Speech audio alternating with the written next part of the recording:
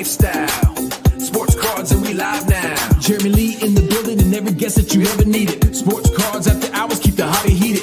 Updates, hobby talk like you never seen it. Sports cards live and none could ever beat it. Sports cards is a lifestyle.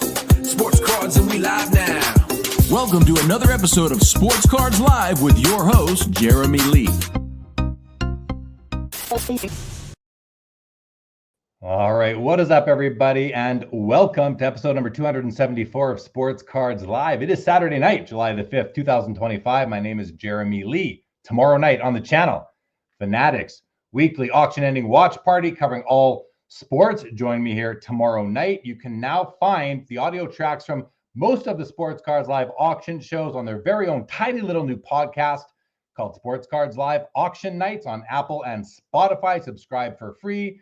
Greatly appreciate everybody who did request that those made a return. Also, check out the Road to the National series here on the YouTube channel. 6 episodes, actually 7 episodes have now dropped, including a bonus episode with the rated Rabbi Dave Spinrad. If you are looking to add a grail to your collection, make sure to check out Fund Your Cards, the hobby's leading consolidator. They will help you finance the purchase of your grail with your own cards. Visit fundyourcards.com. You'll find their proprietary client platform that cements them as the leaders in the space. Also, check out GP Sports Cards for a wide variety of hockey breaks located right here on YouTube, streaming every Wednesday and Friday nights. All new products and breaks can be found on their website, gpsportscards.com. And if you are looking for a gem mint in sports statistics, Rolling Insights delivers high-quality data for businesses who trust their data feeds to power their platforms with real-time statistics, box scores, and player and performance team data. Fantasy players rely on SportsWise for instant access to performance data. Ditch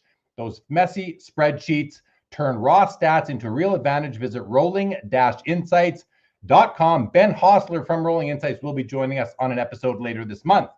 New flexible pricing from Chronosio to match your needs, everybody. They've heard your feedback loud and clear. You want to pay for only what you need. That's why they've implemented their new pricing slider, offering more granular control over your subscription.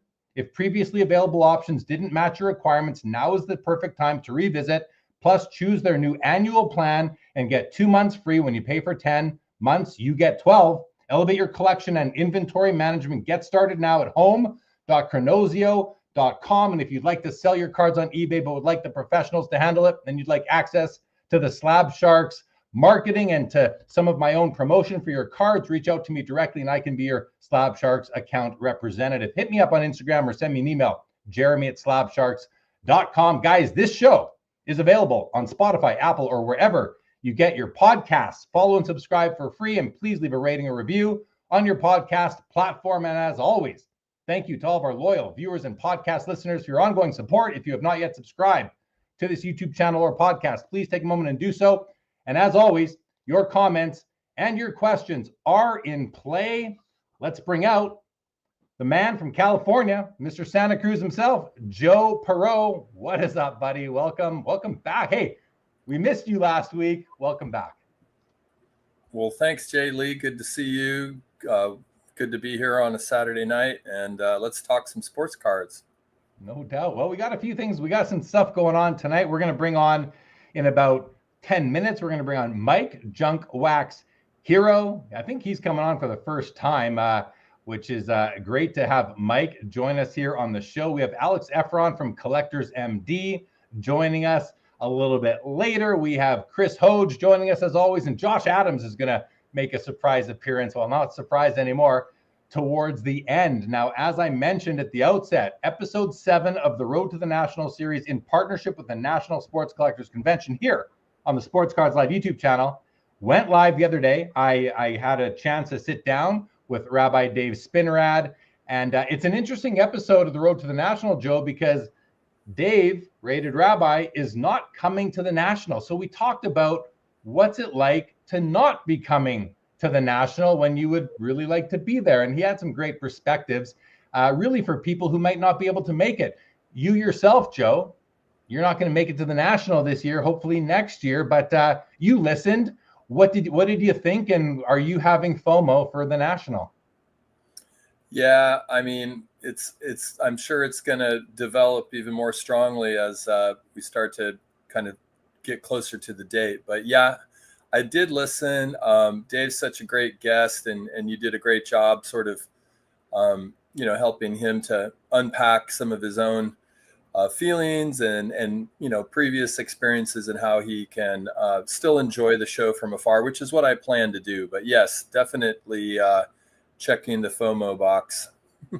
Yeah, well, it was a fun discussion, guys. If you haven't had a chance to check those out, they are available here on the YouTube channel and on the podcast. Now, guys, also I want to celebrate Joe.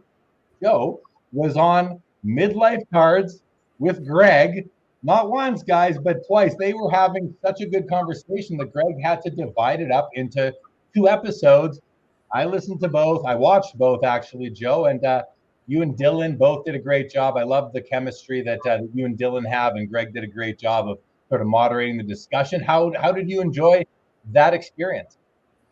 Yeah, that was super fun. And, Greg didn't reveal too much of what he planned to talk about. He just asked us to send a few of our cards that might represent how we collect, or, important cards in our collection. And next thing you know, we were comparing Gaudy Garrigs and Duke Hanamakus, and talking about dragging Greg out into the surf. So yeah, it was a lot of fun, and very appreciative of Greg and Dylan both for sort of including me in the conversation. Yeah, I really enjoyed it. I was kind of watching, and I just felt I don't know, I was just sort of very happy to see you on another channel. It was great. Now let's talk about, you were recently in the LA area. You were in Burbank. You went to Burbank Sports Cards, Rob Veris's store, Ryan Veris. Tell us a little bit about that, because I haven't been there. It's the new store. What were your impressions on the store? What was your time like hanging out with those guys for a bit? Yeah, I want to give both Ryan and Rob big shout outs. They were incredibly welcoming and generous with their time. I was very impressed. The space is very large and incredibly well organized, incredibly clean, and everything is just makes sense. If that sounds right, it was sort of like you knew where to go for what. They update their wax daily. They have electronic price signs on the shelves, so it's continuously getting updated. They had a section where you could pull out cards for 10 cents a card, I believe it was, fill a 100 count box. Like if you wanted 75 Topps baseball, well, there was a massive 5,000 count box that you could flip through and take out any that you wanted and fill your own 100 count box, and that's $25. So what I think is really magical about the Burbank experience is that Rob's really thinking about entry points for all different hobbyists, whether you're looking for a big banger. They had an amazing influx of T206 graded. They have the PSA grading station right there, and I guess somebody liquidated a very nice raw T206 collection. And they must have had 150, 200 freshly graded T206s that had, brand new to the hobby, so to speak. So on all fronts, it was great. The murals are fantastic, great selfie opportunities with Ohtani and then the LeBron guarding Kobe, and parking, which was one of my concerns pulling in for the first time. So yeah, across the board, definitely worth a visit if you get a chance. Right on. Well, thanks for the update. Sounds like I can't wait to get there. I've been to the old location a few times, not this new one. Want to take a moment and just wish all of our friends, hobby family south of the border, because I'm up in Canada. I want to wish you all a happy 4th of July, Independence Day. Hope you guys all had a great and safe holiday yesterday. And thanks for joining us here on what is a precious Saturday night. Also, on a couple of quick announcements. So 2 Saturdays from now is the Hobbypalooza event here on YouTube. It runs from July 16th to 18th. Let me just check. Let me just make sure I got the dates right. It runs from July 18th to 20th. July 18th to 20th, a Friday, Saturday, Sunday. We will be doing an episode here that night at our regular time here. And we will have Maddie C from I Appeal Inc., which is launching in just a couple days. He will be joining Joe, myself, and we're going to round out that crew. So Hobbypalooza with the, of course, in support of Signatures for Soldiers. So check that out, guys. It's 3 days of marathon content across several different YouTube channels. So it's going to be great. Again, that is July 18th to 20th. And then at the National, guys, we will be having the Vintage Trade Night. The Vintage Trade Night, which is happening on the, I'm just going to check the exact day. That is on the Friday. The Friday is the Vintage Trade Night. That is being hosted by the Four Collectors YouTube channel. They're also running Hobbypalooza. So these guys are getting more and more involved in building community, which is something that we should all be supporting. Incredibly supporting that. August 2nd, I'm seeing right now, John is saying 3D Saturday. So wait a second, the vintage. Oh shoot, I have sorry guys, Saturday night. Thank you, John. I was looking at all my things and I saw a vintage dinner is on Friday night. Vintage trade night is on Saturday. It is, oh boy, I'm sorry everybody. It is on Saturday. Thank you, John. Thank you, Orlando. Thank you, Jeff Hart. I appreciate that, guys. It is on Saturday. Vintage Trade Night is on Saturday of the National. My apologies. All right, Joe, let's say hello to the chat, and then we're going to bring Mike on. Junk, Wax, Hero. Here we go. Kevin Hawthorne, good evening and welcome to the show. Laura, good evening to you and fellow sports card enthusiasts. Brett S. from Down Under is here. What's up, Brett? True Texan, good evening and howdy to you. Jacob Dahl is here. Linda's first son, Michael, says, Jeremy, Joe, guests, and all the party people in the chat. Welcome back, Linda's first. Steve Clifton, good evening. Lonely Basement is here. TJ Cloutier is here. Dan's Vintage is here. Vintage Sports Cardboard. We got David Chase. We got Latrell Spearwell, The American Dream. Robert Scott, good evening. Daniel Brown. Jeff Hart is here as well. True Texan says, grading sucks in my opinion. Bobby Baseball is here. What's up, Bobby Baseball? Steve Clifton, anyone give Mike a wake-up call? Don't worry, guys. He's in the back room right now. I see him. Hi, Mike. I see you there, buddy. We got Orlando with us. We got Greg Midlife, two studs on one screen. Oh, that's a weird reference. That's a funny reference. Hey, Greg. David Chase. Joe, great to know. It was great to get to know you better on the Midlife show. That's awesome. And by the way, Joe has been co-hosting Sports Cards Live. This is like the 2.0 version of it since November. But Joe was on with me several times in 2020, 2021, and now he's on pretty much permanently. Brett Miles, good evening. Double D. Dylan, good to see you. Vintage card collector after tonight, guys. 25 days until the National. Now, here's what everybody's wondering. Linda's first. Says, looks weird not seeing Joe on the beach and hockey cardboard. Says, where's Joe's palm trees? Guys, StreamYard is having some issues with background. So Joe and I made the decision before we went live to not have it, just for extra stability tonight during the show. But don't worry, hopefully StreamYard gets their stuff worked out and Joe will have his regular background back soon. That's what we were hoping for. David Chase took his 8-year-old to Burbank Sports Cards. He filled up his 300 count bulk box with sports, non-sports. It's great for kids. That is awesome. Very good. KCH, welcome. Thinking about getting my first cards graded. I'm 54. I have lots of 80 to 83. Love seeing comps. Good question. What's the question? I love seeing comps of commons that Gem Mint going for good money. What's up with that? Set registry, Casey. People are working on the set registry. For that is what I would say to your question. Brett Miles, Joe, most card shops can't compete with the size of Burbank, but what takeaways did you have from your experience that you'd like to see smaller card shops incorporate and improve on? That's a big question, Joe. Can you answer that as quick as possible right now? Because we're going to get Mike on in under a minute. But go ahead, take a shot. Probably just the fluidity of everything. It seems like, they're just constantly moving new product in and rotating the old product. And I think that's because they are so good with liquidity and being open to purchase your cards if you have cards you want to move on from. So I think it's just reduced friction, liquidity, and fluidity. There you go. Hey, nice, quick, succinct answer. I love it, Brett. I hope that answers your question. Brett works at the local LCS here that I go to, Eastridge Hobby. So there we go. Shout out to Eastridge. All right, Joe. All right, everybody. We're going to bring on Mike. Mike, you good to go? Give me the old thumbs up. All right. Keep them up. Keep them up. We like bringing you on with 2 thumbs up. Mike, welcome to Sports Cards Live, buddy. It's about time. How are you?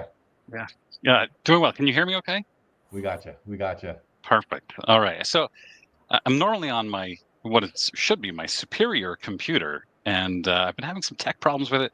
Now on my inferior computer, so I'm glad that it's coming through okay. It's about time we got the two of us perfect hair on this show together. It's going to be tough for anybody to compete. No, dude, listen, you have a great helmet. I wanted to compliment you on that. You look really good tonight. It's great to have you. And please, I don't know if you had a chance to meet Joe, but I want to give you guys a chance to just say a quick hello and make acquaintance, please. Joe, great to meet you. I love, like everybody else is saying, loved seeing you on Greg Midlife Cards last week with Dylan. Great episode. Thanks, Mike. Pleasure to meet you too. May I ask where you live? I'm in Maine. Oh, okay. Wonderful. That's the land of Cooper Flag, I guess, is now what it's being called. It sure is, yes. And we have an LCS here that did very well at Fanatics Fest. They stocked up on Cooper Flag cards for months leading up to it, and then brought them all and made a lot of money. Wonderful. Just like Cooper Flag is going to, right? Exactly.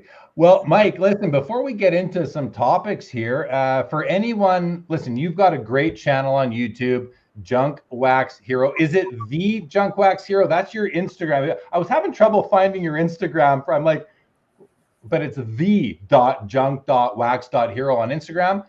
Here on YouTube, Junk Wax Hero. Correct. Yeah, and then on Twitter, to get extra fancy, I think it's Junk Wax Hero 79, because that was the year I was born, and that was the only thing available. There were already 78 other Junk Wax Heroes. So for anybody who is maybe not familiar with your YouTube channel, maybe because first of all, thank you for sharing with your platform that you were going to be here tonight. I've seen a few people in the chat already that I hadn't recognized. So thank you for that and for exposing Sports Cards Live to some of your audience. I greatly appreciate that, Mike. And also, for anyone in the Sports Cards Live community who may not know a ton about you, Mike, and your YouTube channel, give us the quick elevator pitch about your hobby history, the YouTube channel, and anything else that you would like to share. Yeah, I was a childhood collector, and then 2004, my first child was born, and I was never able to afford cards again until 2020, and got back into it when I dug out my childhood collection.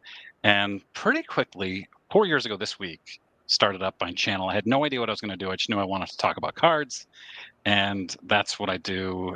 Anywhere from 3 to 5 times a week, I'll post a video about. Usually, I like to talk about stories, and then on Sundays, my Clearing the Bases episode is more of a week in review of weird and interesting things that have happened in the past week, and cool cards that I've seen too. Nice. Yeah. Well, thank you for that. And again, anyone who's not yet subscribed or really consuming Mike's content, you kind of have to, I would say. He does a great job, and it's always, I will throw in too that it's a very soothing listen. You know, you can just be relaxed. You know, you're not gonna get too stressed out or excited. You're just gonna listen to it, and it's gonna keep you very level-headed, and you will enjoy Mike's content, as I have for a while now. So Mike, a couple of your most recent videos resonated with me. I found them very interesting. One was where you talked about being slabnostic, and if nothing else, I love the term. We are coming up with some great terms in this community. We got own appeal, we've got flight collecting, we've got slabnostic. When you say the word slabnostic, Mike, what do you mean? What do you mean? I'm just reading the comments. I'm wondering how many of these people I've put asleep with my voice. I get that comment a lot. So slabnostic is, I think I didn't come up with that term. I'm pretty sure I heard it first from baseball collector Mike Moynihan. So I can't take credit for the term, but I like it a lot. I love a good portmanteau. Slabnostic to me means it doesn't matter. I've always chased PSA because you think, PSA, you got to have a PSA card because it has the most value. But why are we paying extra right now for something I'm not planning on selling for at least 20 years? Is PSA still going to be the premium brand in 20 years? We don't know. It's impossible to say at this point. 20, I'm 46 years old, maybe 25, 30 years before I sell. And it's Steve Clifton, man.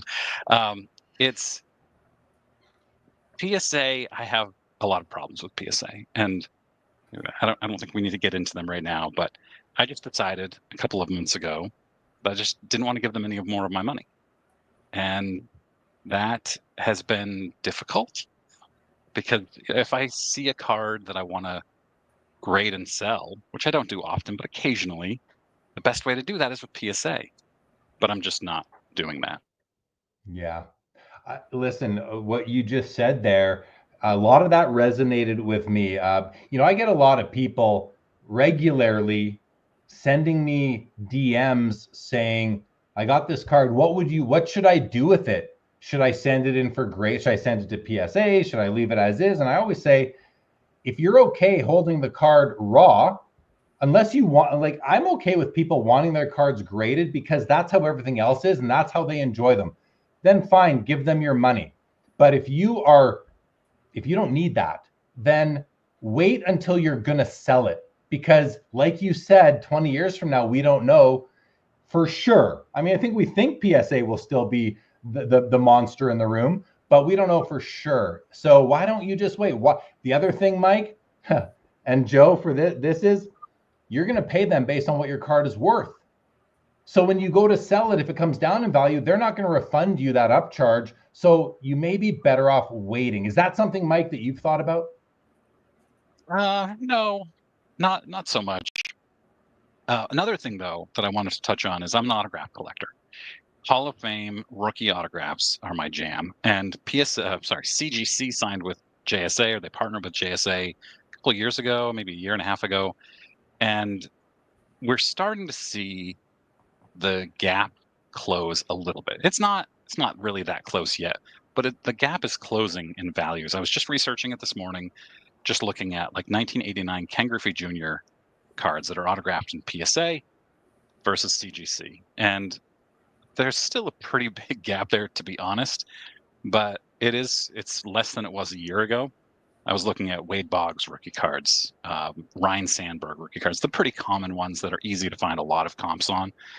And it's JSA gives them that more credibility in the sports card market that CGC didn't have. And I know CGC is big with TCG, but in the sports card market, TCG trading card game. I always have to think about that one. You got it. There's a little bit of a credibility gap there for CGC for a while. Agreed. From my perspective, I've seen that before. I see that as well. Now, you said that you don't want to give PSA any more of your money. So are you still willing to buy an already graded PSA card for your collection? Great question. Absolutely. I'm not giving them my money. Yeah. And I have a lot of PSA. I would say that 90% of my slabs are PSA.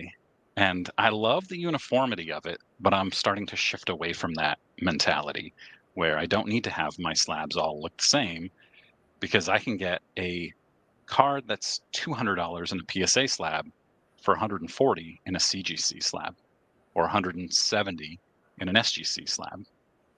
And over the course of, I buy, let's say 100 cards a year, that's a pretty significant savings.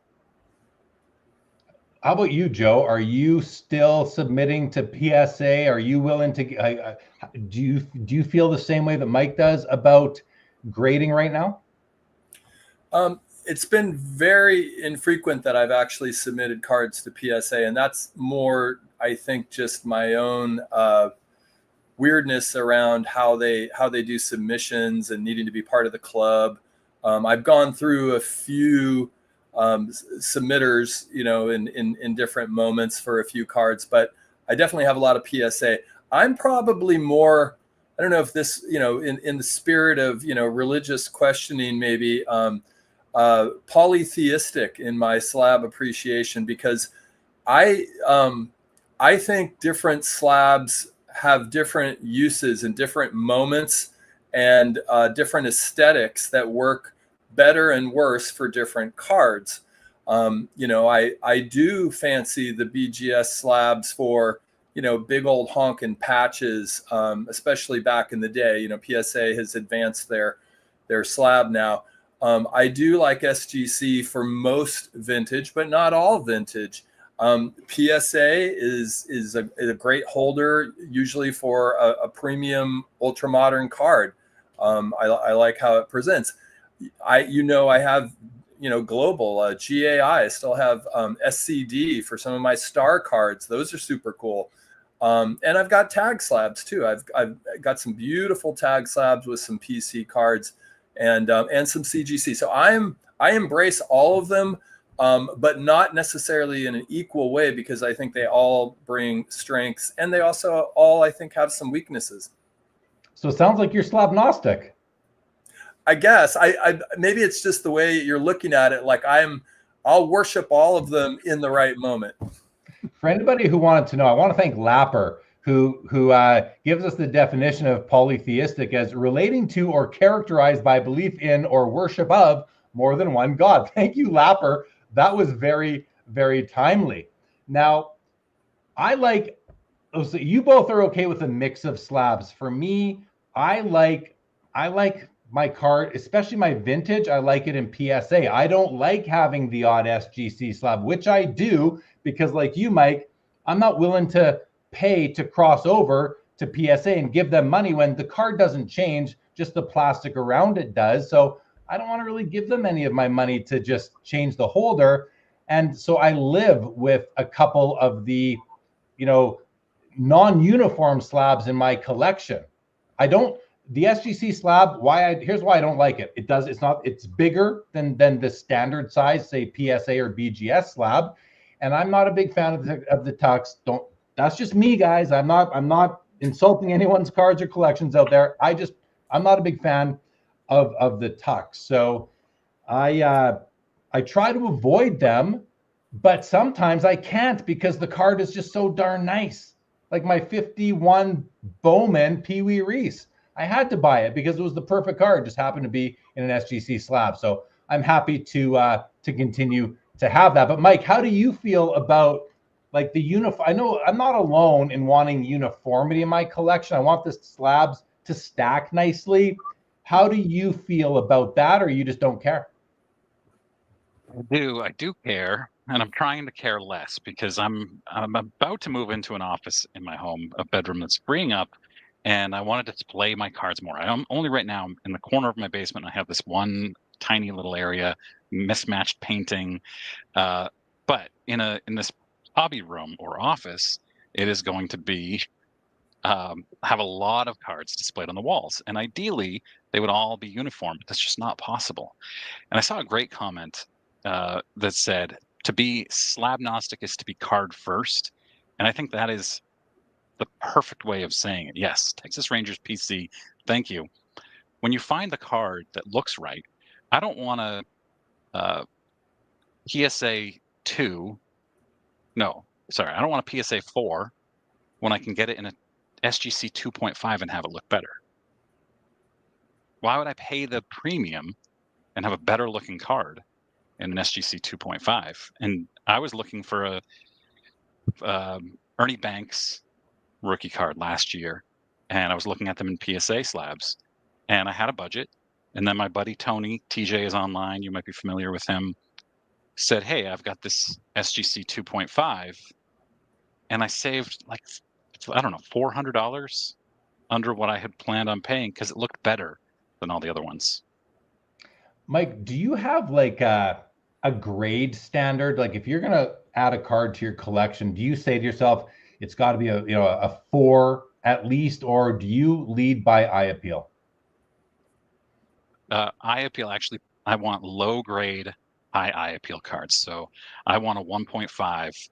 A 2 might even be too high because those tend to be way priced over a 1.5. Nobody wants that 1 at the beginning of their grade unless it's a 10. But I have a lot of I have a lot I of like it. authentics. Yeah, I have a lot of authentics 1s and 1.5s for vintage. Yeah, and the reason why I said I like it is because for me, if I can have a 1 or a 1.5 that looks like a 5, 6, or 7, and many of them do, to me, that's kind of winning the hobby, especially if you're paying those lower rates, I guess you could say, especially if you're paying closer to what a 1 or what it would sell for in that slab on average versus having to pay a huge eye appeal premium. And I've done both. Yeah. Brett S says you're speaking Jeremy's language, Mike. High eye appeal. Yeah. When you said that, it's like, yeah, I started thinking to myself, great, more competition for the cards that I want to buy. But I think we're past that point. We're definitely moving into an era where eye appeal is really starting to take over, to the point where now there's the anti-eye appeal movement about going back to just the grade, which I please go that way. That's great for the rest of us who collect the way that we do. What about you, Joe? Same sort of question. Do you like that low grade? It's a dumb question. Because of course you like low grade, high eye appeal, but what are you thinking about that? Yeah, I mean, it seems to be the flavor of the day, the soup du jour. I do like it. Yeah, a good 1.5 on a pre-war card. I mean, you're usually getting something pretty sweet there. But even within that, blanket statements are hard to just throw out there. I mean, everything comes down to the particular card, the issue, the set, what others are out there, and the timing, your own capacity, your own budget. So much context behind all of this. No doubt. Every card sort of stands alone, right? And if it's a card you want to add, you have to take all these factors into consideration and decide if it's a card that's going to work in your collection. Will you be happy with it, or will it be a card that you might get tired of sooner than you'd otherwise like to? I think that's something that I think we all go through. And I think that with the National coming up, for everyone who's going to the National, we're going to be presented with these opportunities where you're going to look at a card and you're going to have to make a decision kind of then and there. You're not going to have much time, because let's face it, if it's somebody who's watching this show or similar shows, you probably have an eye for a card that you're not the only one who would covet that card. And if you decide you're going to take a half hour to think of it, or wait until the end of the day and see what your options are, and then you settle on that card, you go back, that card's probably going to be long gone. So we need to find ways, I think, to accelerate that decision-making process, as uncomfortable as it might be to do so. But I think we're close to that. I mean, we're 25 days away from the National right now. So does that, Mike, you're coming to the National, of course. I know I've seen you there. Got to spend some time with you at the YouTube event last year, the year before, I believe. For sure, I remember definitely sitting with you at the table with Dr. Beckett and Rich Klein a couple of years ago. That was in Chicago. So yep, good memory. Well, you stick out, buddy. You stick out. I look at you. I think there's another handsome bald dude, right? Tall, yeah. Well, you're a few inches taller than I am, but potentially. Yeah. Okay. Let's do it. Let's go to some comments, and then we'll talk about your other video that recently really just resonated with me, and it's a hot topic right now. We're going to talk about it with Alyx when he comes on soon as well. But first of all, hello to Pick 6. Dan says Jeremy has finally found in Mike his perfect mini me. Not so mini, but I hear you. I definitely hear you. Excuse me. Hear you, Dan. Michael Ham, good evening to you. Laura says that Mike presents his information, news, and updates in a truly calm and professional way, just right for Sunday mornings. Simon says, thing that Mike didn't mention, he has the most soothing voice among all YouTube content creators. He really does. Steve Clifton says, Mike is the edible of sports card content. Chris C says, exactly, Mike, when I get great deals on SGC for a fraction of the PSA cost. I mean, I think that's smart shopping, right? Especially, I saw today somewhere, I think it was on Instagram, somebody showed two cards beside each other, and they asked, which one would you rather have? I forget the card right now. One was a PSA 3.5, one was an SGC 3.5. And the SGC was clearly the nicer card. The PSA was so off center. I felt I was having feelings of vertigo just looking at it. And I don't know what the prices were, but I'm guessing the PSA is going to sell for more because of that PSA spell. Mike, what do you think? It was $225 more. Yeah, I saw $250 more. The cards that you're talking about, one was 1500 PSA was on the right. The SGC was 1250. They were the same grade, but the SGC looked so much better. It's mind-boggling how anybody would pay more for that PSA just because it's in a PSA slab. I just don't understand it. I think it's either uniformity, desires of uniformity in the collection, or it's simply the PSA spell. I mean, the PSA spell is a real thing. People are under it and they can't seem to get out of it. They can't seem to get out from under it, but more and more people are starting to realize that they are actually hypnotized by that spell. Hobby Champ says Mike is the Bob Ross of YouTube hobby content. Texas Rangers, I got this card. What to do? Yeah, I got this card. What do I do with it? Funniest line ever. Yeah, I mean, I first I shake my head and then I'm like, no. Help this person out. Give them your true thoughts. Stuke says some people are good looking, the rest have hair. That's okay, good. We'll take it. Sports Fix says I have all of Ken Dryden's cards for when it's graded. It just looks out of place. So when you have one graded card, in that case, maybe you want to crack it out so it fits into your collection better. I don't see a problem with that. But High Prop Professor says the problem with waiting to grade is that grading fees are likely not dropping in the future, and strictness of grading doesn't seem to be easing up either. Lock in the better grades while you can. I don't agree with that, High Pop. The reason I don't agree with that is two things. First, I don't think it's certain that grading costs are going to only go up. And I also don't think it's certain that grading standards are going to get tougher or adherence is going to get tougher, because I do think we've seen it in the past that grading companies will move that needle based on their demand. And if they need to raise demand, they will lower that needle. So I don't agree, High Pop, but listen, that's just me. Maybe I could be wrong. You could be right. That is certainly a possible situation. Jeff Hart says, I think CGC has a great opportunity with the JSA partnership. However, they need to come up with a better pricing structure to be competitive with PSA and take market share for autos. Yeah, good point, Jeff. Dan says that Mike is camera-gnostic. Dan's always got those one-liners. Vintage says, I'm never going to apologize for wanting uniformity, so 100% PSA for me doesn't mean I don't look at the card first. Exactly, right?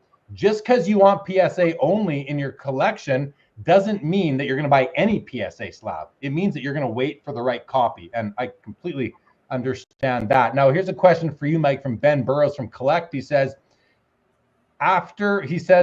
curious if Mike likes to crack and cross cards. Mike? No, well, you don't want to give PSA any money. What about the other any other directions?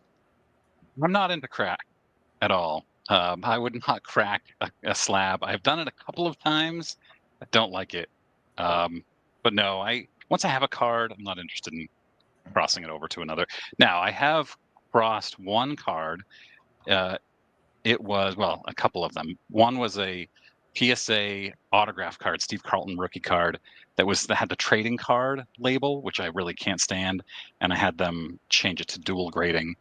And then I bought a Nolan Ryan rookie, which is up here, in a CGC slab, sent it off to Nolan Ryan and Jerry Koosman. They both autographed it, and then I sent it to PSA to slab it. Yeah, okay, good situation to let us in on. Appreciate that. Couple more comments here, and then we'll change the topic. Sports Fix says grading upside, way better chance of vintage being authentic. Yeah, that to me is, well, if you're looking at PSA, it's the authenticity and their guarantee. I mean, if you do purchase a PSA slab, you're getting, I think, now it's not foolproof. It can't be, but I do have faith in PSA's ability to authenticate. And then if they are wrong, they're going to pay you the market value. And I've had that happen. So I had a relatively really good experience with that a few years ago. So that's for sure a good thing. Now, Stanley Gordon says every Saturday night, the conversation is criticizing grading in a negative way. Would be nice to get a guest who is positive about grading to explore the conversation. Mike, you want to respond to that? I use grading all the time. I love grading. I buy graded cards. I'm very positive about it. I don't know why. I mean, hey, I love be taken as negative. I love my PSA vintage cards. I love some of my modern PSA cards as well. Beckett, the problem I have with Beckett slabs is that they scuff up and they're just the plastic scuffs up much too easily. So it takes away sometimes from the look of the card itself.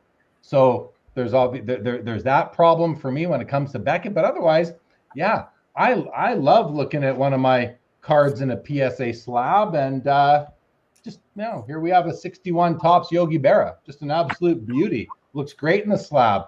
But if grading were to become a bit more consistent, I think we would talk more positively about it across the board. So I think we can leave it at that for now. But Stuke says PSA prices are higher because of the set registry. Ranking chasers pay more to improve their sets. Yeah, and they often don't care what the card looks like, although I think more and more do now. Okay, one more comment here. Jeremy says SGC wait time has increased for one main reason: get those modern cards to PSA. Lost many dealers flippers to get quick turnaround. Keep SGC vintage strong, and they are good with collectors. Okay, all right. Joe, anything going through your mind before we switch over to another topic?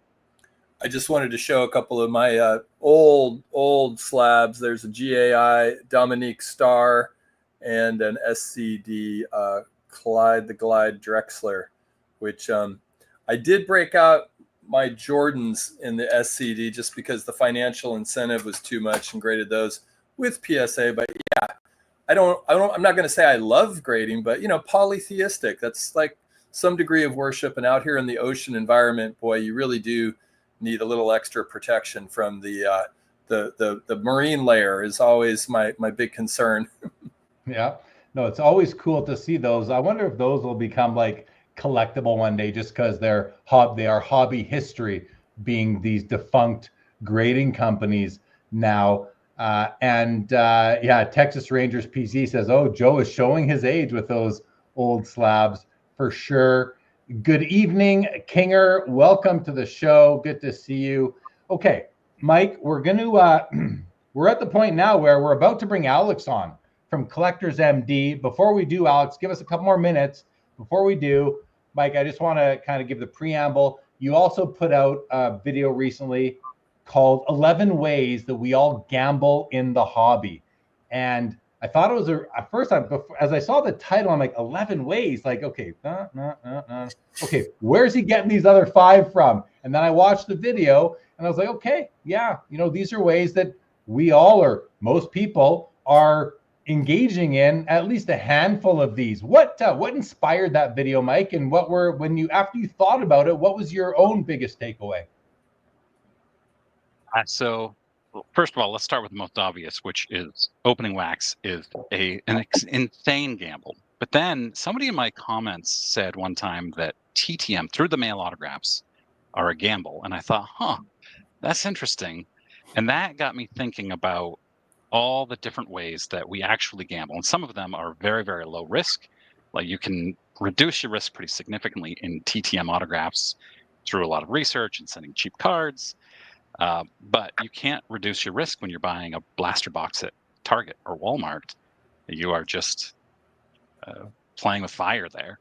And so we do all of them. Well, most of us do a bunch of them at least. And some of them are extraordinarily risky with our money. And some of them are, I might send a $1 card through the mail and risk not getting that back. Now, I did send a $450 card through the mail one time to Bob Cousy, but I got it back and he autographed it. Nice. So there are many ways. And, actually, why don't we do this? Let's bring Alyx on because this is his specialty. And it'll be great to have him join the conversation. Mike, you're welcome to stick around, for as long, really, until we end this collector's MD addiction gambling discussion. But let's bring on Alyx. You ready to come on? Give me a thumbs up. There it is. Alyx, welcome to Sports Cards Live. How are you? Hey, Jeremy, thanks for having me. You're welcome. Please meet Joe and Mike if you haven't yet. Joe, Mike, great to meet you both. What's up, Alyx? Hope you guys had a great 4th. Thank you. Love Thank what you you're doing, from Canada. Alyx. We have and a good Appreciate Canada that. Day up here. So, let's continue the discussion. And I do want to just a couple of comments that well, first of all, Mookie Chilson, what's up, Mookie, says getting out of bed in the morning is a gamble, but so is going to bed at night. People, you don't always wake up. So yes, crossing the street is a gamble. Everything is often a gamble in life. But Mike again, I want to ask, there's been a lot of talk about this lately, Mike. I've done some talking about it myself on Instagram and on X. Alyx has been doing a bit of the podcast circuit lately, and Collectors MD has really caught people's attention. Lots of talk about sports card addiction. Mike, was that also a part of what kind of sparked you to do your 11 ways that we gamble in the hobby video? No, so I do videos occasionally on sports card addiction. I did one a couple of months ago, and I actually featured Collectors MD in the video where I talked about, hey, there is now help. Because when I did it a couple of years ago, a video on sports card addiction, there wasn't a sports card dedicated help for it. But there was a Reddit post a month or two ago where a woman posted about her husband. He had lost $300,000 of their money, and they were $100,000 in debt because of it. And so I just talked through that, and then talked about Collectors MD being there. And every time I do it, I get a lot of comments from people, or private emails or DMs from people saying, I'm a mess, I need help. And now I actually have a good place to send people. Appreciate that, Mike. It's true. It's something that, and I haven't done this yet, but I want to work into all of my Sports Cards Live episodes, sort of like at the beginning or at some point, just a quick spiel or a quick announcement, that if you are having problems, if you find yourself running into financial relationship issues because you can't stop spending money, and maybe Alyx, I'll get you to coach me on how to word this. Maybe you're the best. Maybe you can help me word it, and just make that announcement, because you go into any casino and there are warnings and helplines all over the place. We don't see that in the hobby, whether we're in the online casinos, the Whatnots, the Fanatics Lives, eBay Live, Loop, whatever other ones there are. We don't see these. At least I don't think we see them there. We don't see them at the LCS when you're buying wax.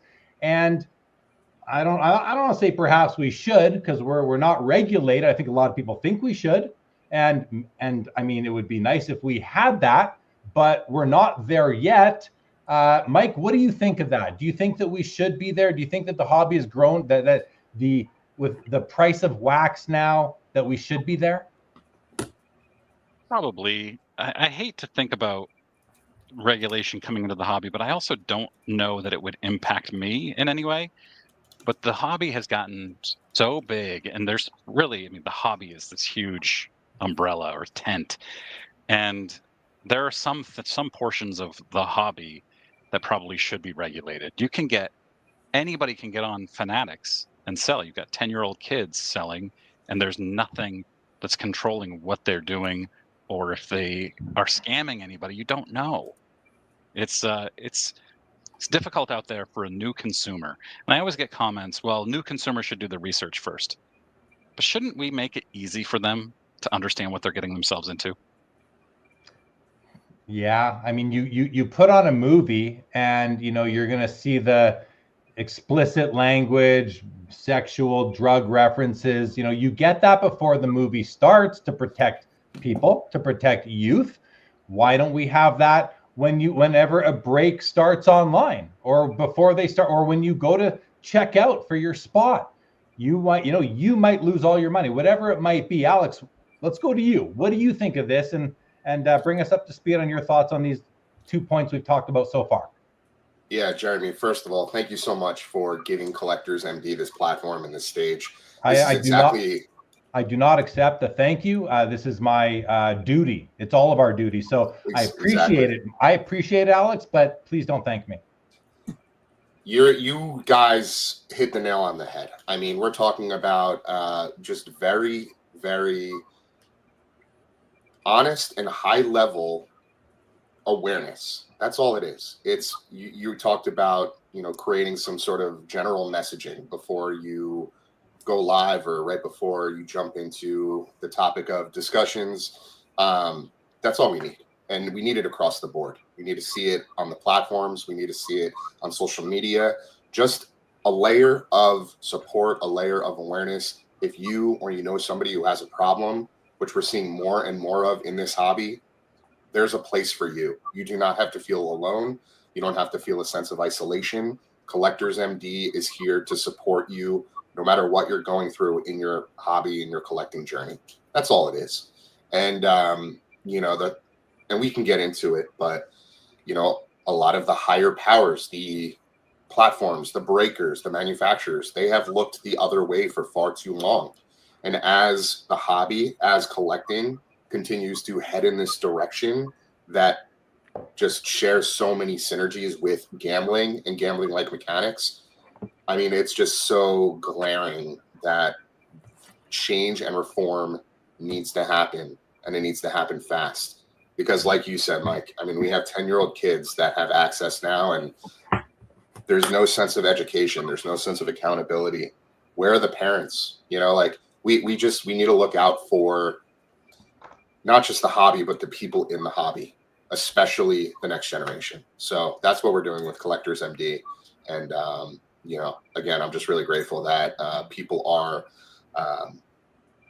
being so receptive and positive and helping spread such an important message, because this message is way bigger than me. And frankly, it's bigger than Collectors MD. It's something that it has been the missing link in this space for far too long. So, Alyx, in addition to doing what we can as a community to save lives, save marriages, save houses, save families, we are also trying to protect the future of the hobby at the same time, which is, I don't want to say which one's more important. The hobby is an important industry. It's an important lifestyle for so many of us, but kids with broken up families because of sports card gambling addiction, sports card addiction, we want to save all that. But like Orlando here says, we need to keep new collectors in the hobby, not getting in a hole and leaving it altogether.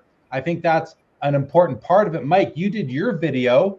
Were you thinking about that at all? Think about that a lot.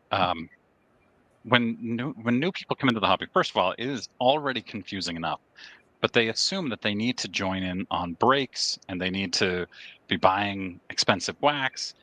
And there's nothing that's preventing this, nothing that's educating them about those things. And people, it is straight up gambling, like I said, and not low risk gambling. There, you can buy hobby boxes for hundreds, thousands of dollars.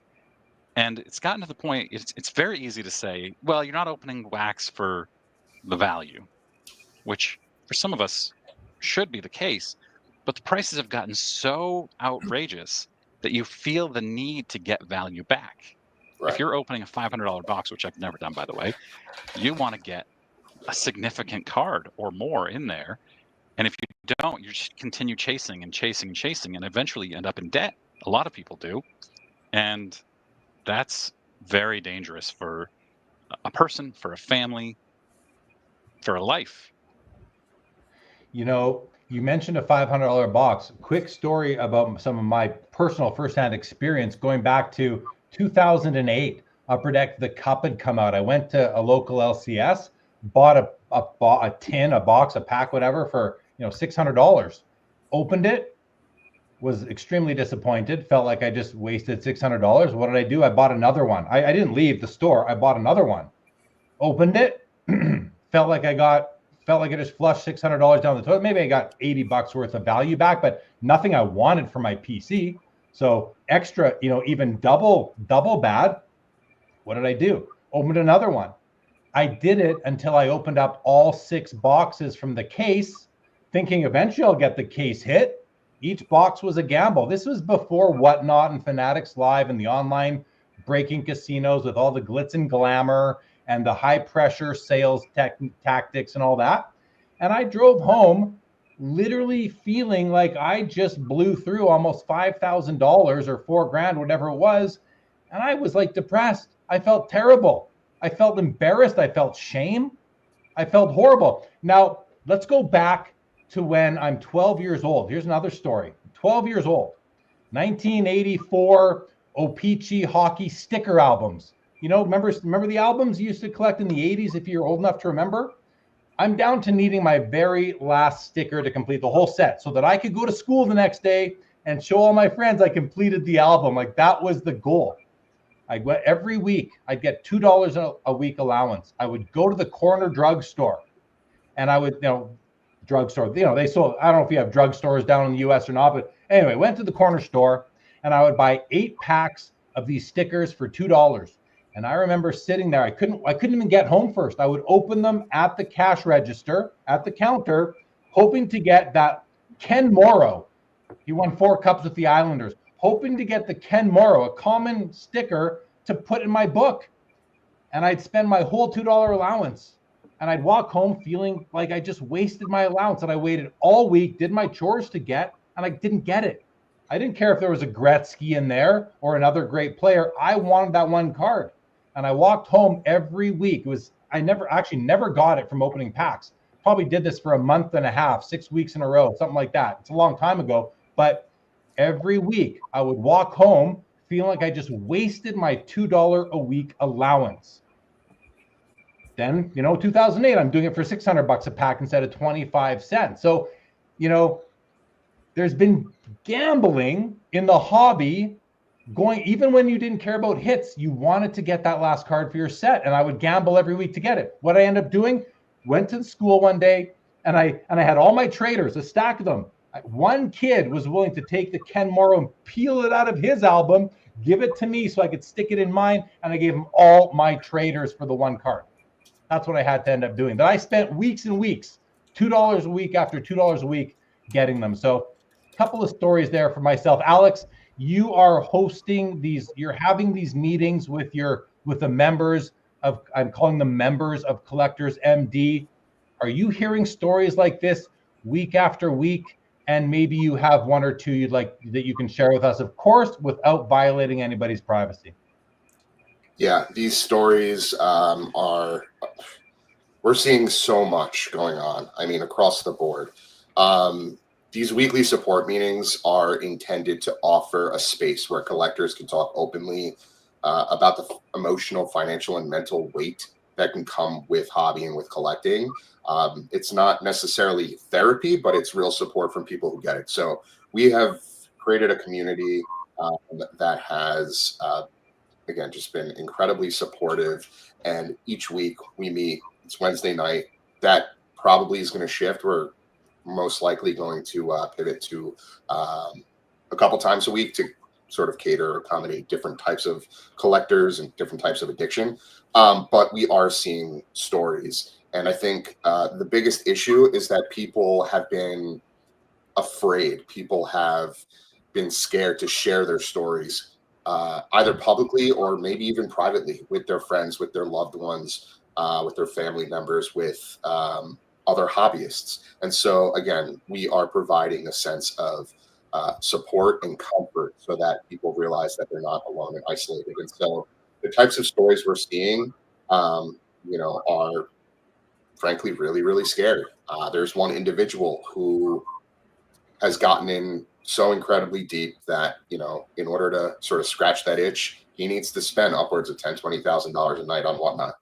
And he got in so deep, so far over his own head where, he was using any and all means in order to, scratch that itch.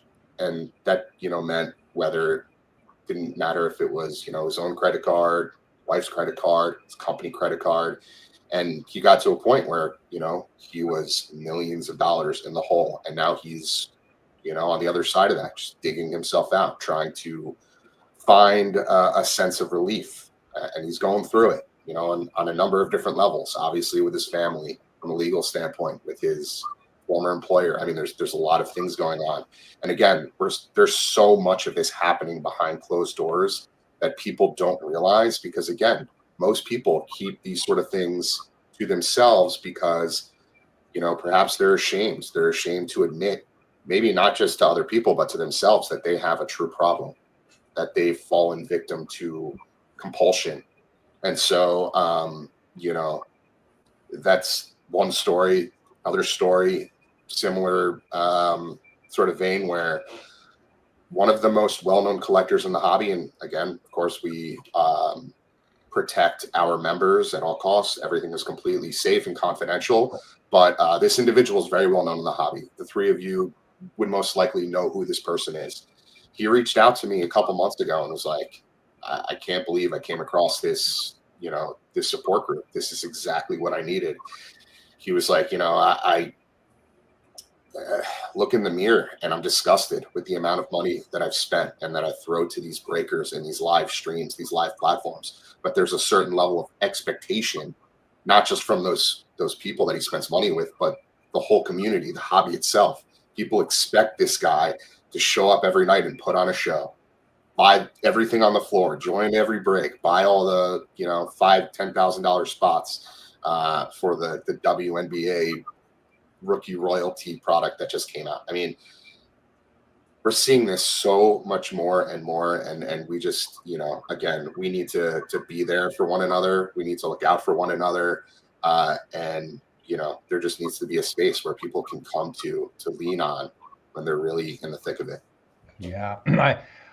Well said. And I think what you're doing is you're giving people a place to come and ears to listen to them, and the support. I think that's number one, right? Talking it through, knowing that you're not alone is huge. And I love what you're doing with Collectors MD. And so thank you for what you're doing. Of course, Alyx, I'm sure you're lots of thanks for you in the chat, and we'll give you more. I want to go to Joe for a moment, because I was chatting with Joe and I said, I remember Joe I don't know when it was, maybe a couple of years ago, you'd send me a text message. You're like, yeah, I just bought a first off the line, like, I don't know. What were you going through when you were doing some of that? I'm not like, I don't think you have an addiction problem in terms of wax, Joe, but what is your experience in terms of having negative feelings about maybe wasting money, feeling like, I don't know that you necessarily have to have an addiction to in order to kind of have shame. I don't know, Alyx, if that makes sense, but like, I don't feel like I was addicted to it, but I certainly had moments of feeling shame. Joe, what are some of your experiences with that? Yeah, well, I'm risk averse by nature and frugal. So I didn't really ever open any wax until maybe like 2019, 2020, when I actually pulled a couple like Zions and Jaws out of some Target blasters and was like, whoa, that was pretty fun. And so you get that dopamine hit, right? And then you're sort of, you crave a little more. And so I started going on the Panini websites and looking for the Dutch auctions and doing what I could to, kind of figure out what the best price point might be for, say, Prism football. I think I got 4 first off the line Prism football boxes in 2020, which was the Burrow, the Herbert year, Hurts, and maybe one of the worst things that could happen happened. I hit a Justin Herbert blue ice, which was awesome. But the drawback of that was I started to think, okay, wow, ROI is here in these boxes. And so from about 2020 to maybe 2022, I did throw some money in all various, products from megas and blasters online on eBay to, you know, more Panini releases. And yeah, over time, you know, the house wins. And like Mike was saying earlier, the prices jumped right around that time. The manufacturers sort of seized the moment of the frenzy that was happening and really amplified the prices to a point where it became less and less even a reasonable gamble. You factor in breakers on top of that, and I've never done a break, but that's where you get this exorbitant disconnect between, you know, playing the game, if you will, and then feeling pretty shoddy afterwards. So yeah, Jay Lee, I think, you know me, I agonize over every purchase and every hobby dollar that I deploy, because, you know, I'm thinking about what else I can get. You know, this might amount to, you know, a cool Steph Curry card or a cool standard caramel, you know, Sam Crawford or something. And when I see those, you know, those hobby dollars just, you know, vanishing between my fingers, I felt pretty bad. And, you know, I think it's probably been now, you know, 2 or 3 years. But one thing I'd like to maybe hear from Alyx and all the panel on is eBay addiction, which I think you can manage maybe the financial output a little bit better, but the compulsivity and a similar perhaps dopamine rush when you're bidding in live time on a card. I'm curious, Alyx, if you work with clients even outside of the breaking category, and maybe even more just in their overall relationship to the hobby and the amount of time, right? The time and energy, and, you know, checking your watch list at 2 a.m. with your wife next to you, and you're like, what am I doing here? So I'd be curious what you guys think about that component. It's a good call out, Joe. I mean, I suffer from eBay app addiction for sure. You know, the little blue light comes on and I have to clear them. Regardless of what I'm doing. If I don't clear them, you know, and it's not good. It's not good. But let's hear from the other guys. Mike, what about you? Do you have that issue? Absolutely. eBay is a bad addiction.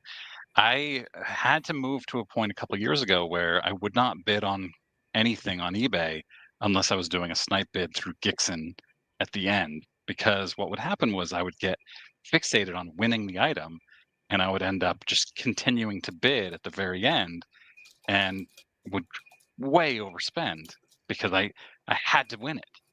And then afterwards I would have spent, you know, $150 on a card that I could have bought for $110 or whatever. And there's obviously somebody else on the other end of that with the same exact problem. And so now I just say, okay, I'm going to put a max bid in of $110, do that through Gixxon, which allows you to bid before it's done, but you never see it. You're not part of it. You can put it in at any point, and it makes it easier, and it helps you control those urges. And I saw somebody has talked about cards can't be the only addiction. It's absolutely right. There's obviously something in you that it becomes addicted to cards or whatever it is, buying on eBay, opening wax, whatever. I don't know. Yeah, fair comments for sure, Mike. And I think you've come up with somewhat a bit of a solve for yourself there. So that's good self-awareness and good execution. Now, Alyx, in your groups for yourself, even, are you running into people with, never mind breaking addiction, group breaks or personal breaks at the LCS, whatever it might be? Are you running into people who are addicted to just buying singles at card shows, on eBay, wherever it may be, auction houses? Yeah. Absolutely. I want to take a step back and bring up sort of a point you made earlier, where gambling has been a part of the hobby. It's always had a presence since the very beginning, right? Whether it was buying packs and hoping to pull your favorite player, just chasing the big hit in a hobby box, that element of risk and reward is not new. But what's changed and what's made it more dangerous is this 24/7 access, right? This shift. And so platforms like eBay and like these live stream breaking apps, they've taken something that used to be sort of occasional and turned it into something constant. So now you can chase auctions You can enter breaks, you can place bids, you can rip packs all day, every day. There's no cool off period, there's no built-in boundaries, and the dopamine loop never ends. All of these different platforms or sort of different ways you can purchase cards, whether it be buying singles or joining a break, they all sort of gravitate around the same dopamine centers in your brain, right? It's all about that dopamine rush, getting that chase or chasing after something, having something to look forward to, receiving in the mail. You're always just one click away from that next rush. So with eBay specifically, it's the endless scroll, right? It's the thrill of the snipe, the hunt for that great deal. With breaking, it's live action, the communal hype, the illusion that you're next. It's all gambling, but now it's just dressed up as entertainment, collecting, and even investing. I mean, I saw people in the comments asking if stashing sealed wax is considered gambling. Again, it all just feeds into the same dopamine centers in our brains. Yeah. And so the truth here is most of us, didn't see that shift happen. It felt like evolution, but what it really did was it amplified the compulsion that we talked about earlier with just, going to your local store and buying a box of cards or a pack. It amplified that exponentially, and we're not chasing cards anymore. We're chasing feelings, and we're doing it on platforms designed to keep us hooked. They're all designed, the same way. And I just want to say it's not about shame. It's not about like putting anybody down or telling somebody they have a problem or that they're an addict. It's just about creating awareness, because once you see it for what it really is, you can start to take back some of that control. Yeah, the constant availability in your pocket, the lack of friction. You don't have to get in the car and drive. You don't even have to go to the website of a card seller, buy it, and wait a couple of days for the box to arrive. Or whether it's like a Topps Now or a Panini Instant or some reverse Dutch auction on Panini that you might buy from. There's no way. It's right there. It's very easy to it's very easy to just overspend, I suppose, if you don't have self-control. But this is not exclusive to the hobby. Any like porn addiction is a real thing. I don't know what people. Playboy magazine maybe was it before maybe there was some secret way to get VHS tapes of it. Now it's on your phone. Like, everything is easier now that we have our phones. I'm just saying it's that lack of friction makes anything that is literally something that you don't actually have to have in hand right away, makes it that much quicker, right? You can just get it so much easier. So this is the way the world is going. And I saw a comment myself, and there's a couple, I think it's Stanley Gordon. I just want to read a couple of Stanley Gordon's comments here, you guys, because I see both sides of this, but so he says here, don't mean to be harsh, but a little self-discipline goes a long way. I highly doubt buying into breaks is the individual's only gambling addiction. Okay, maybe not, but doesn't mean that people can't help, I suppose. He also says, I just don't feel it's the hobby's job to solve the issue of addiction. Every product can be consumed in an unhealthy way. And by every product, I don't think he means every card product. He means any product, from milk to fancy watches, sort of thing. It's an interchangeable topic that's beaten to death, he says. And then he said, it's not the card's fault. The individual needs to look inward. Now, I'm just going to say one thing to all this, which is, it doesn't sound to me like Stanley Gordon has ever had somebody close to him suffer from addiction, because I have to the extremist of situations. And I went through a phase of my life where I had some similar sort of thoughts in my head to what Stanley Gordon has, and he's sharing here with us. And it wasn't until it hit home that I started to realize that I was kind of being very limited in my view and unempathetic, and just not the way I wanted to continue to be. So But Alyx, I know that this is something that's close to you, and you'll probably do a better job of articulating kind of your response to that sort of outlook than maybe I have, because I can get really emotional about this very quickly. So I'm going to turn it over to you, please. Yeah, I mean, Jeremy, you brought up such a great point. I think a lot of people just don't necessarily realize, and it's not Stanley's fault. It's not their fault that they don't understand, the full scope of addiction and what addiction can do to an individual. And if you haven't had somebody close to you experience addiction, you haven't seen the pain, the suffering, the challenges that can come with different types of addiction firsthand, then you might just not necessarily be able to wrap your head around how something like a childhood hobby, sports cards, could be considered addiction, right? So I totally hear where you're coming from, Stanley, and I don't think you're being harsh. I just think self-discipline, it is a big part of it, but the reality is these systems are built to exploit the lack of self-discipline. It's not just about willpower, it's about constant exposure, psychological design, and the way these platforms are sort of engineered to trigger impulse loops. And you're right, that breaks might not necessarily be someone's only gambling struggle, but for a lot of people, it's the one that feels the most socially acceptable. It's not necessarily a casino. It's fun, it's community, and so that makes it like a lot easier to justify and way harder to recognize when it becomes a real issue. So this isn't about like removing personal responsibility. Like as adults, I understand. Trust me, it's very important for us to take a step back and self-reflect and make sure that we're taking personal inventory and doing things responsibly. But it's also about acknowledging how powerful these systems are and why real safeguards matter.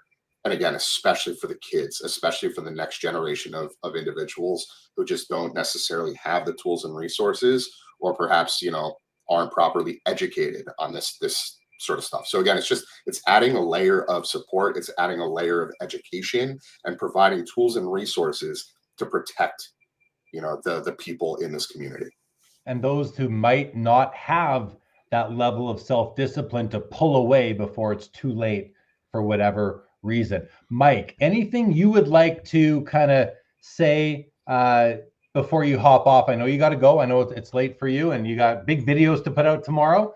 But I want to give you a chance to kind of put a bow on your inaugural appearance here on Sports Cards Live. And I do hope to have you back. But anything you'd like to say before you hop off? I appreciate the discussion. The comments are fantastic too. Like Greg, Midlife Cards, talking about kids being protected, which is important. I see Ziggy, who's always got good comments talking about breaks aren't the problem. And I don't think any of us ever said anything bad about breaks. I think that there are a lot of things that are hobby specific that are addiction problems. And like we talked about, it's not specifically, or it may not be the only thing that you're addicted to, or maybe it just expanded your addiction problem.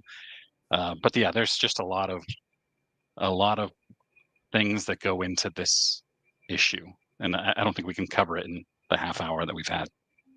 Yeah, well, we'll continue, Mike, and again, I know you got to go. We'll continue chatting about it here with Alyx, and in about 40 minutes time, we're going to have Chris HOJ join the show, and we'll have a new topic by then. Josh Adams is, I think, going to surprise join as well at that point in time. But Mike, Junk Wax Hero, thank you for joining us. Look forward to seeing you at the National here in 25 days. So thanks again for joining us, Mike. Appreciate it.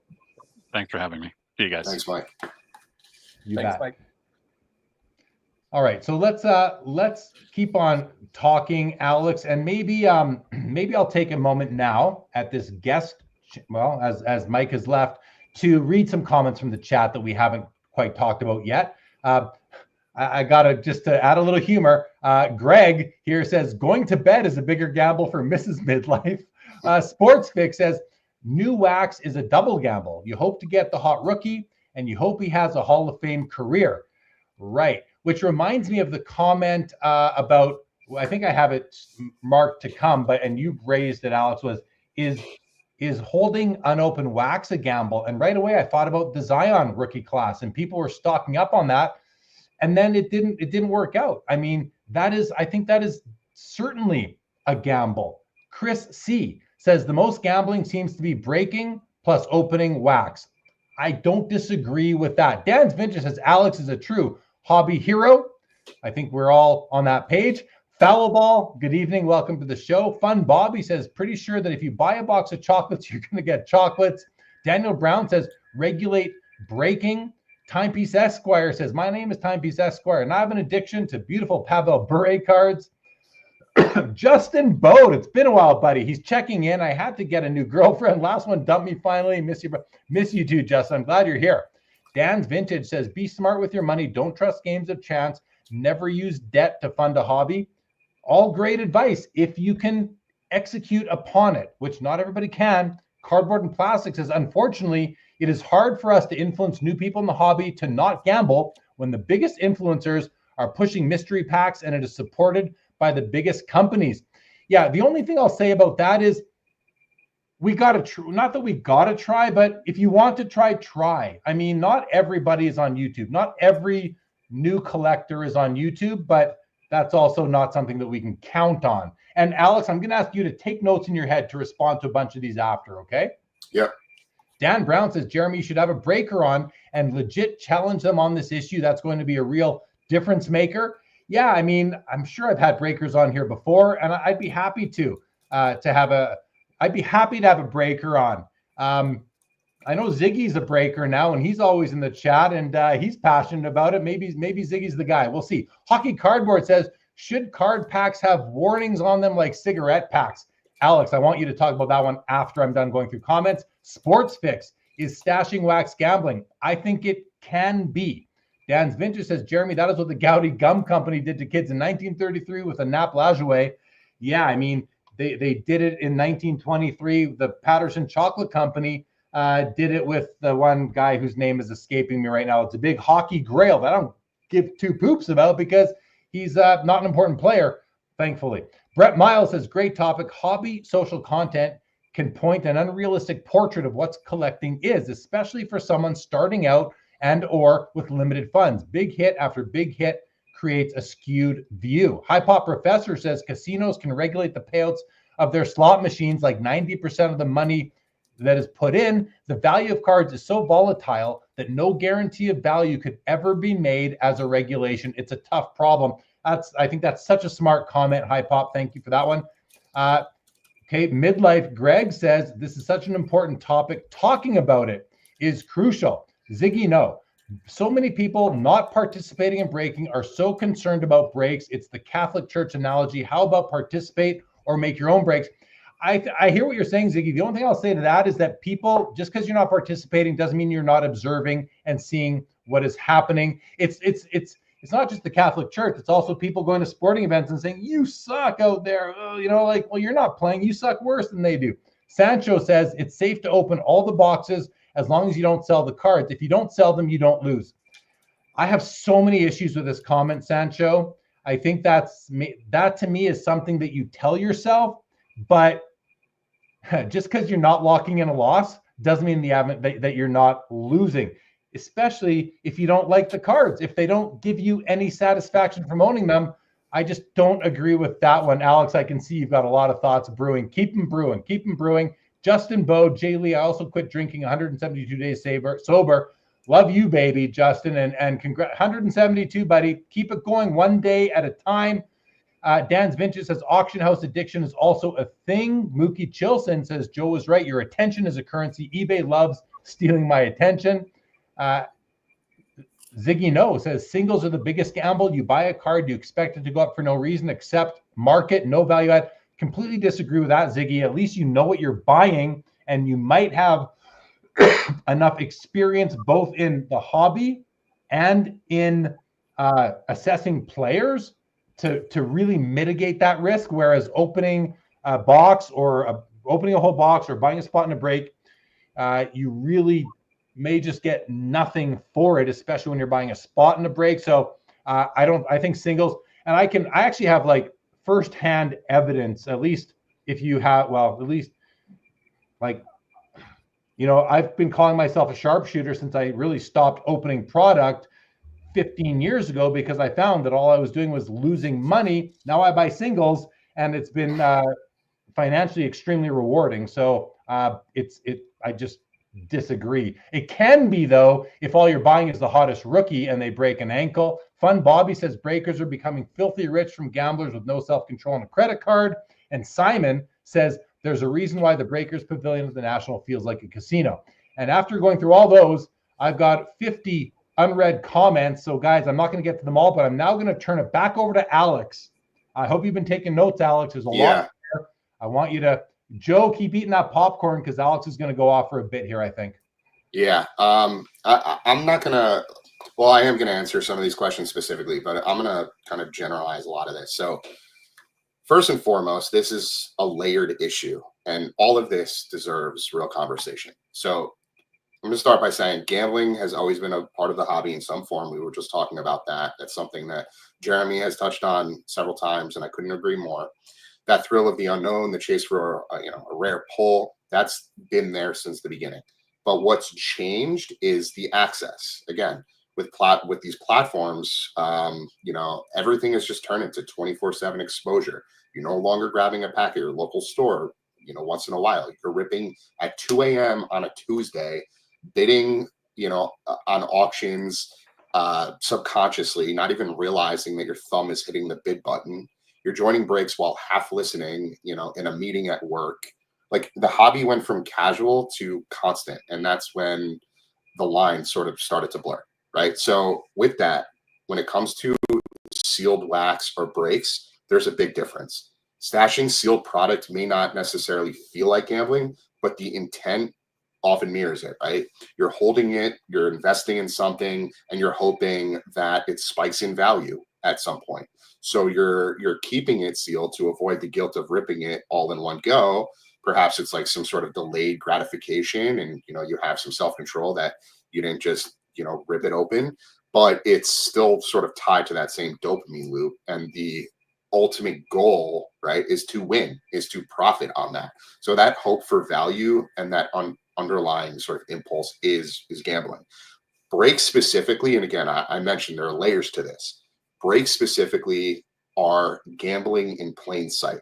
You're paying for a randomized chance, and you, most of the time, 90% of the time, you either walk away with nothing or you walk away with a fraction of what you invested in, right? It's a slot machine just wrapped in shiny cardboard and a whole ton of influencer energy. You've got the excitement, you've got community, you've got the pressure. Everything is sort of mixed together, and that cycle just creates something that's really, really dangerous. And again, especially for younger collectors who are more prone and more impressionable and vulnerable to addictive behaviors and predators and bad actors in the hobby. So going to the question where somebody asked, should packs have warning labels like cigarette boxes? I mean, honestly, like, it wouldn't be the worst thing in the world, because whether it's like buying into breaks, stashing sealed wax, ripping packs by yourself when you're feeling down, or like you're feeling that itch, they're all addictive triggers, like, all around us. Even just like something very subtle, like a message that says this product contains randomized content, odds of pulling a high value card or making your money back are extremely low. Please collect responsibly. Please rip responsibly. Doesn't really matter how we word it. We just need to make sure that that underlying message is consistent. And that can really, really go a long way. And it's not about killing the fun. It's not about canceling the hobby. We always say we're not anti-hobby. It's just about being more informed, making intentional decisions, collecting with purpose, collecting with clarity. And it's about giving people the tools to pause, self-reflect, and sort of just take a step back and make sure that, again, they're going about their hobby within their means. Because the truth is, the hobby is no longer low stakes or kid-centered, right? It's fast, it's loud, it's expensive, and it's designed to keep you hooked. These platforms have added in all of these bells and whistles to make it look like a casino. And when I showed my dad recently the user experience on Whatnot, he was scratching his head. He was like, this is literally like being inside of a casino. I feel like I'm at Harrah's in Atlantic City right now. And it's crazy because we're also just like accustomed to it. We're almost numb to it. We see it all the time. So nobody's really like putting two and two together and realizing that this is what it is. It was designed this way to make more money.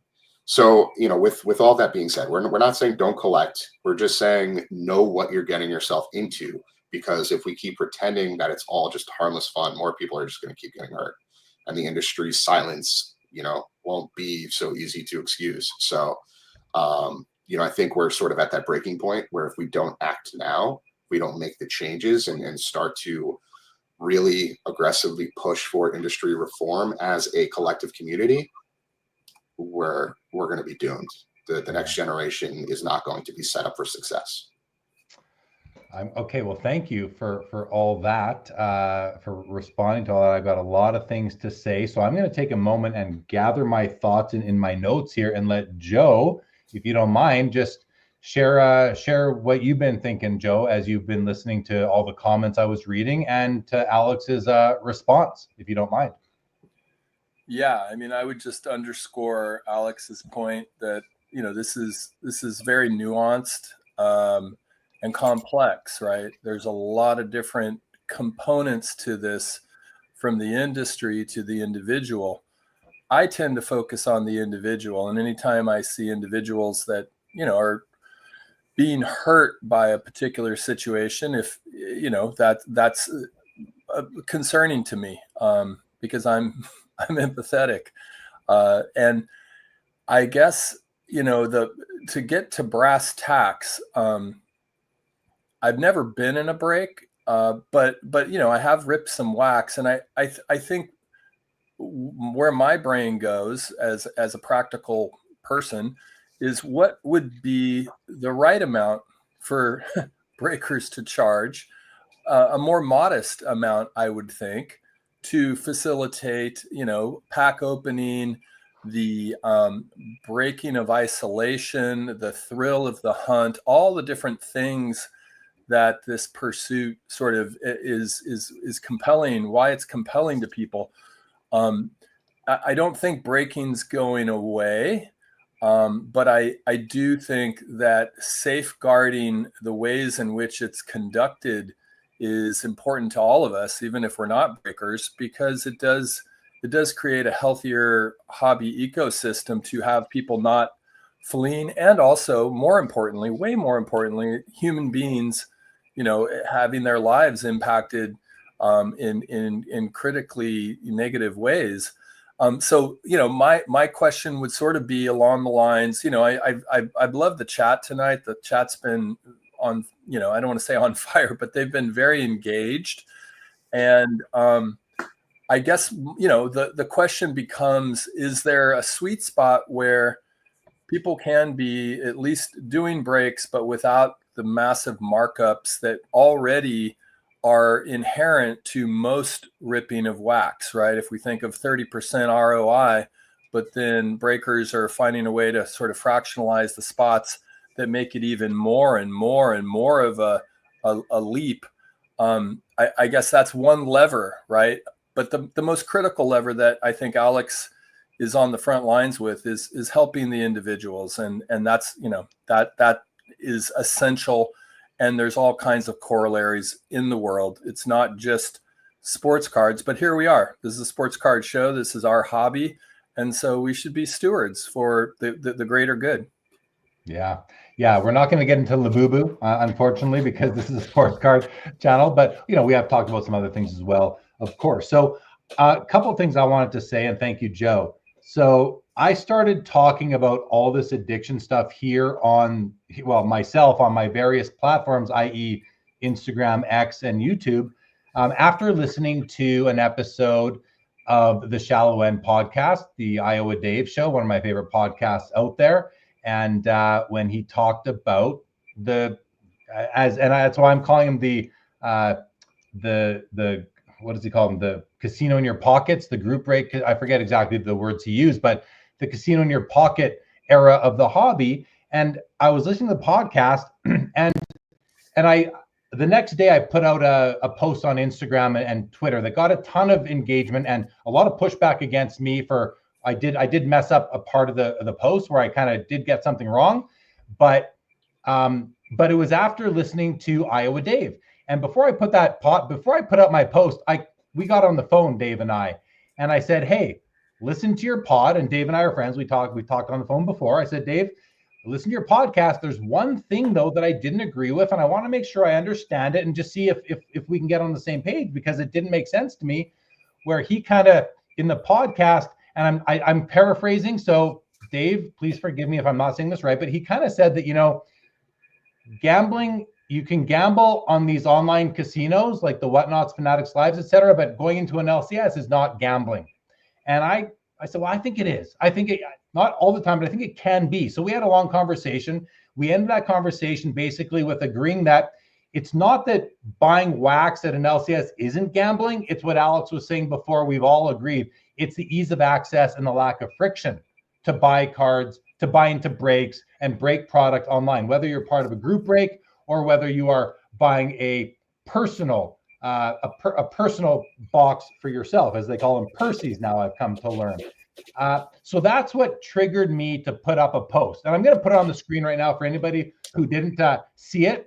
Right here, it says, if Whatnot, this is me talking, if Whatnot and Fanatics Live are breaking casinos, and let's be honest, your LCS is one too. Ripping wax has always been gambling. I stand by all this to this day, and that has to do with my own real experiences and friends' experiences. I go on, and this is where I get it wrong. Same odds. That's wrong. And Rob from Burbank said it's not the same odds because group breakers will mark up. He calls it the VIG, the markup. It'll be higher. I agree. The higher the price, the worse the odds. Now, getting something doesn't change, but it's like the risk is different. But so I agree that that wasn't correct. I say same odds, same risk. I think that was incorrect now. I go on to say different vibe, different decor. That's what Alyx was saying. It's the high pressure sales. It's the trying to get people to spend more money. It's almost like not all great breakers do this, but shaming people to spend more money on certain spots. Anyway, I go on to say it's not about where you rip, it's that you're ripping. Now I stand by this, but I did put out a follow-up post the next day, which I'll share with you right here, where I said, I'm here for the passion, respectful disagreement helps us all get sharper. My post yesterday sparked a great discussion. I'm glad it did. I added clarification after realizing I was wrong about the odds part. That's on me. Most agree. There's a gamble in opening wax, whether it's at your LCS or through a live casino in your pocket break. The differences are in accessibility, friction, and in many cases, high pressure sales and inducement. Now, I think that all makes sense. And Alyx and I had a good conversation about this the other day. So, and now, excuse me, Alyx, I think we were on the same page. Is there anything that you want to add to any of that or comment on?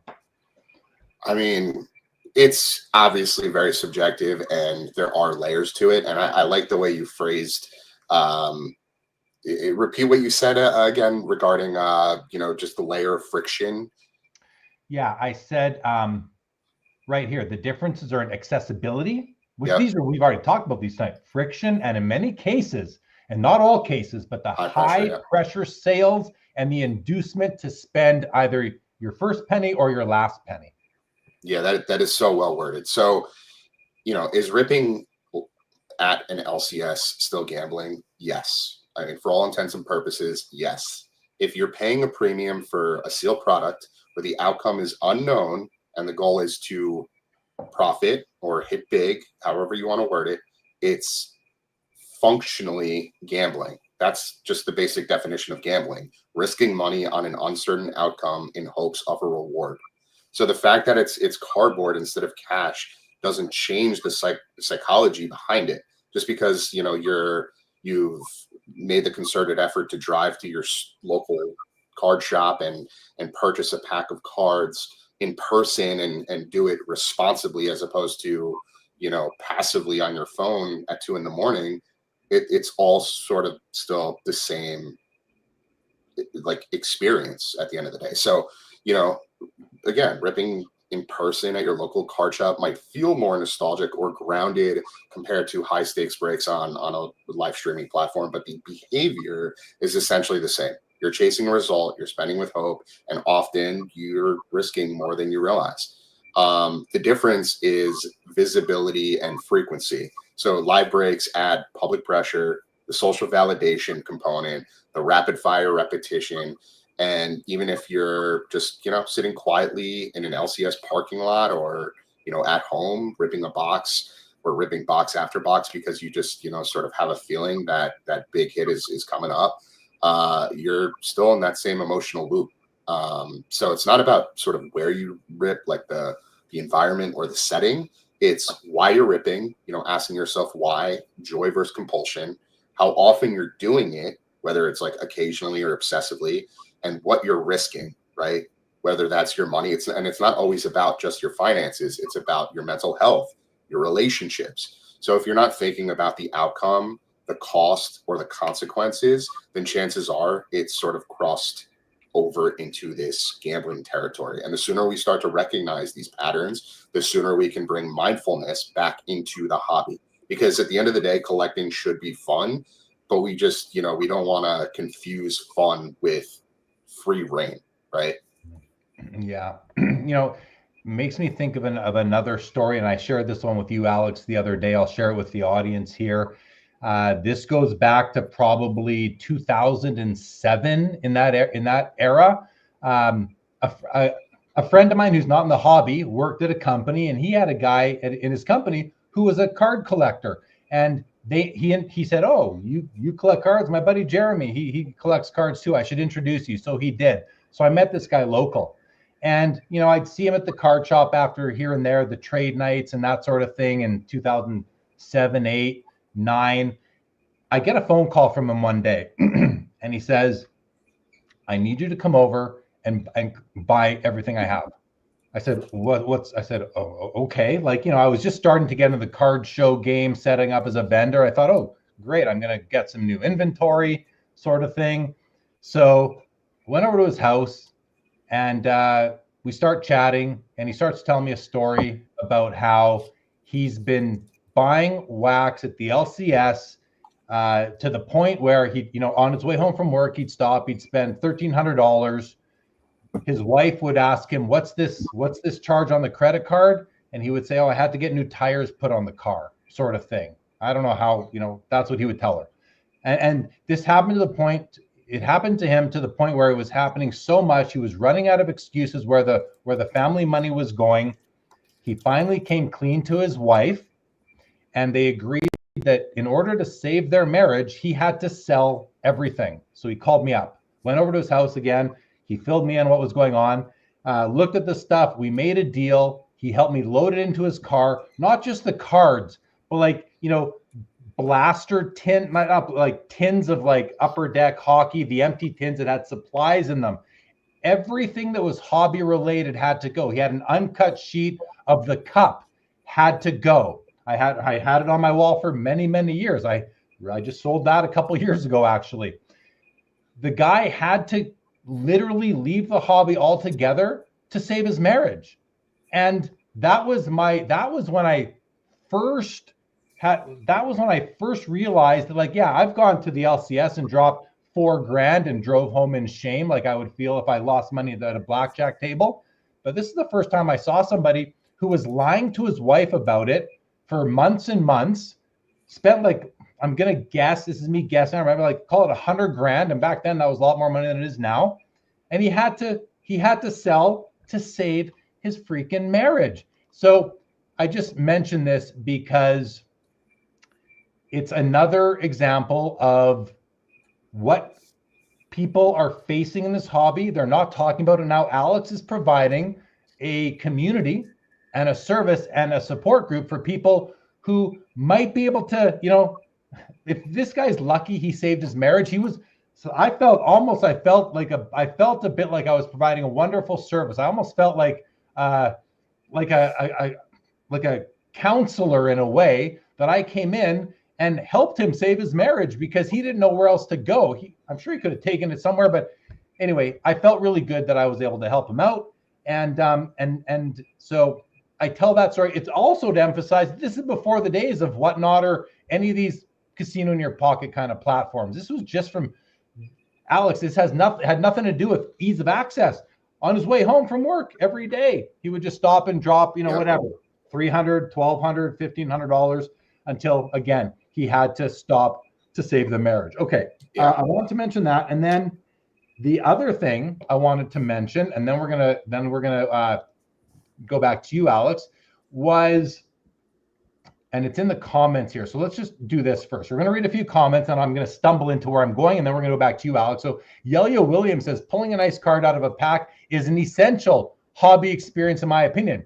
I don't know about that. I don't know if it's essential myself, although I've done it, so I shouldn't say it isn't, but I don't know that it's essential. I think there are other ways to hobby, but I get it. Let's Go Jordan says, IPC, Babe Ruth, and Michael Jordan. Do these count as, maybe he means as gambling? I don't think so. I think those are pretty darn safe.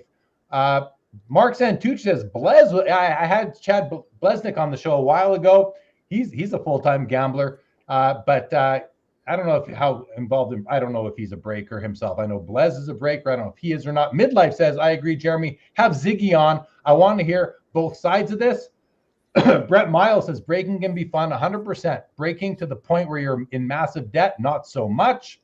A lot of conversation, Joe, about what you were snacking on. Jeremy says, what is Joe snacking on? To which Brett says, the chat is so spicy that Joe got the popcorn out. And Midlife says, looks like popcorn.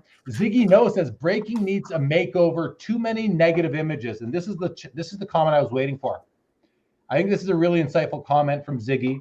And this is where I wanted to say that, should the makeover might be towards responsible and integral breakers who are showing integrity, who are cutting people off, who are maybe issuing warnings and that sort of thing if they're willing to. Should breakers like that be celebrated? Should they be propped up as leaders in the space instead of the ones who are doing the most revenue but are also doing the most damage and high pressure sales and inducement and trying to get that last penny out of the addict in their breakers rooms? I want to put that all over to you now, Alyx, please. Yeah, I mean, I think there are different types of breakers. There are different, ways that these breakers go about engaging their audience. Ziggy also mentioned something else that I want to touch on, and that comment was not all breaks. Alyx refers to all breaks as gambling. It's a method of purchasing too. If there is no profit, is it a gamble? If it's free, is it a gamble? Yes, you can break at lower prices. You can share risk, but we watch one bad breaker overcharge, and all breakers are not the same. So, I think that encompasses everything we're talking about here. I totally get where Ziggy is coming from, and I appreciate him pulling over to send that message thoughtfully. I know he was driving, and then he stopped to chime in. So I think Ziggy is right in that not all breakers are created equally, and there are definitely formats that share risk more fairly or are offered at more reasonable prices. And I'm not here to paint every breaker as a bad actor. Or somebody with malicious intent. There are honest community-driven breakers out there that are doing it the right way. There's no doubt about that. But here's the distinction I'm trying to highlight, right? When the format mimics gambling behavior, uncertain outcome, monetary risk, and a prize-based reward system, it starts to mirror the mechanics of gambling, even if the intention isn't malicious. So even free breaks, while obviously not financially risky, they can still reinforce this sort of same dopamine loop and addictive behavior, especially in younger participants who are being conditioned to crave that hit. It can almost serve as a gateway. Honestly, that's how gambling platforms suck in a lot of their customers. They send them a free bet or they send them a deposit match. And it's like, oh, it's free. It can't hurt. I'm just going to do it once. And then they watch the game and it's super close and it comes down to the wire and they lose on a bad play or a missed shot or whatever the case may be. Next thing you feel like you just got screwed out of a couple $100, right? So you take your own money and you double down, and that's exactly how you get sucked in. That's also how compulsive gamblers who are trying to sort of take a break or self-exclude or cool off again get sucked back in. They're like, this time is different. I'm just gonna use this deposit match once or use this free bet, and then I'll, take a step back. No, that's not how all of this is designed. It's like it's literally set up as a trap to suck you in and spit you out. So sort of to tie it all together, and to Ziggy's point, profit isn't the only factor. It's not always about whether the value of what you got matches or exceeds what you paid. It's about how frequently you're engaging, what you're feeling when you're watching or buying in, and whether it's starting to impact your mindset or your behavior outside of the hobby. So I'm all for fair prices, shared risk, and community first approach, but I think we need to shine a light on the structures that take advantage of people, especially when hype, pressure, and lack of transparency are involved, right? So it's not about anti-hobby, not anti-breaker, anti-breaking. It's just about pro-awareness and pro-education, educating these young consumers, these young customers who just frankly have no idea what they're getting themselves into. Yeah. Joe, thanks, Alex. Joe, do you have any thoughts on this last little segment here? And then we'll go to some comments again. No, I really appreciated Alex's breaking it down there. I hadn't thought about that. I guess because I'm a little bit removed, I do think of ROI, but what you're getting at, Alex, is just the whole behavior that's geared to kind of stimulate the limbic system in the ways that it does. And why should someone like I care about this? It's because I care about the hobby, and I care about people, right? That getting back to that fundamental. But I know, I'm not naive enough to think there's not a lot of other ways that people can ruin their lives out there, or go down a dark hole that impacts their life. All sorts of ways to tumble down.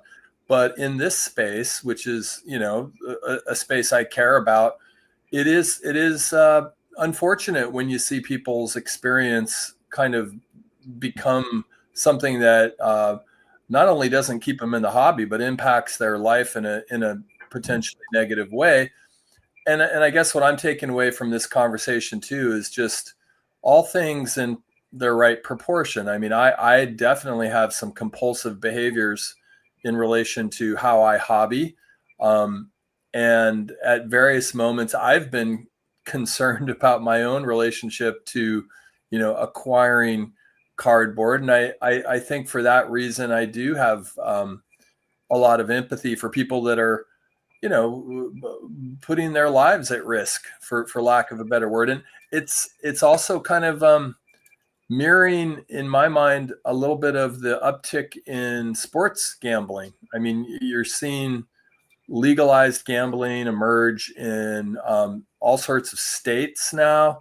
It's probably never been easier to bet on sports, and you see it advertised in actual sporting events, which I find kind of amazing, because you can't help but question, is Scott Foster being put into the referee crew to extend the series? Scott Foster is a referee in the NBA, and there was, a big commotion online about whether or not his refereeing of a critical game in the NBA Finals was tantamount to Adam Silver deciding, or at least wanting the series to go more than 5 or 6 games, or a particular team to win. So I think we've got a large problem in the whole sports world, and in the card world.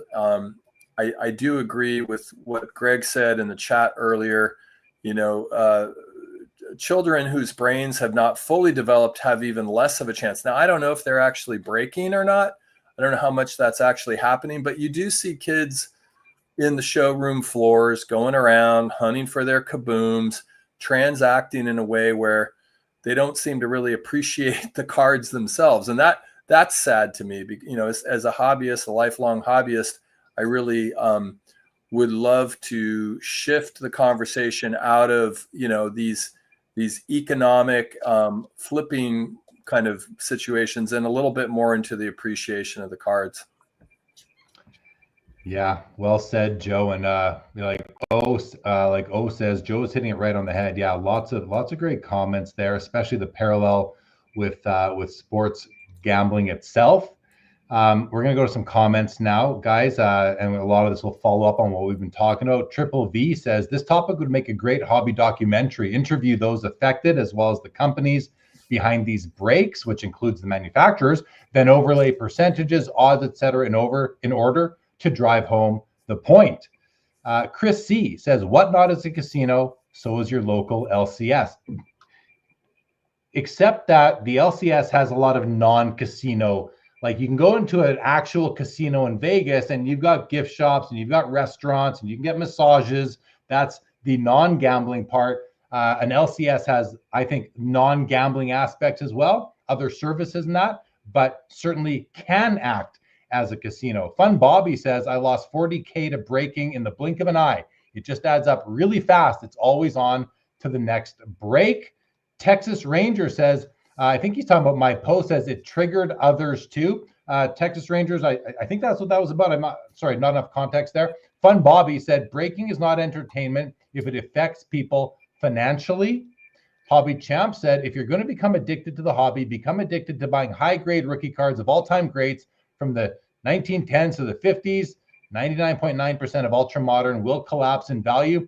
I agree with everything there, Hobby Champs, except the high-grade part. Low-grade, high-eye appeal, I would add to that. Ziggy No says, I have reached out to other breakers, and I've reached out to Whatnot and Fanatics too. We all want the same, a better hobby. We need to stop attacking each other. I know, ironic coming from me. Ziggy, to me, it shows some growth as well, which I think is great, but thank you for the comment.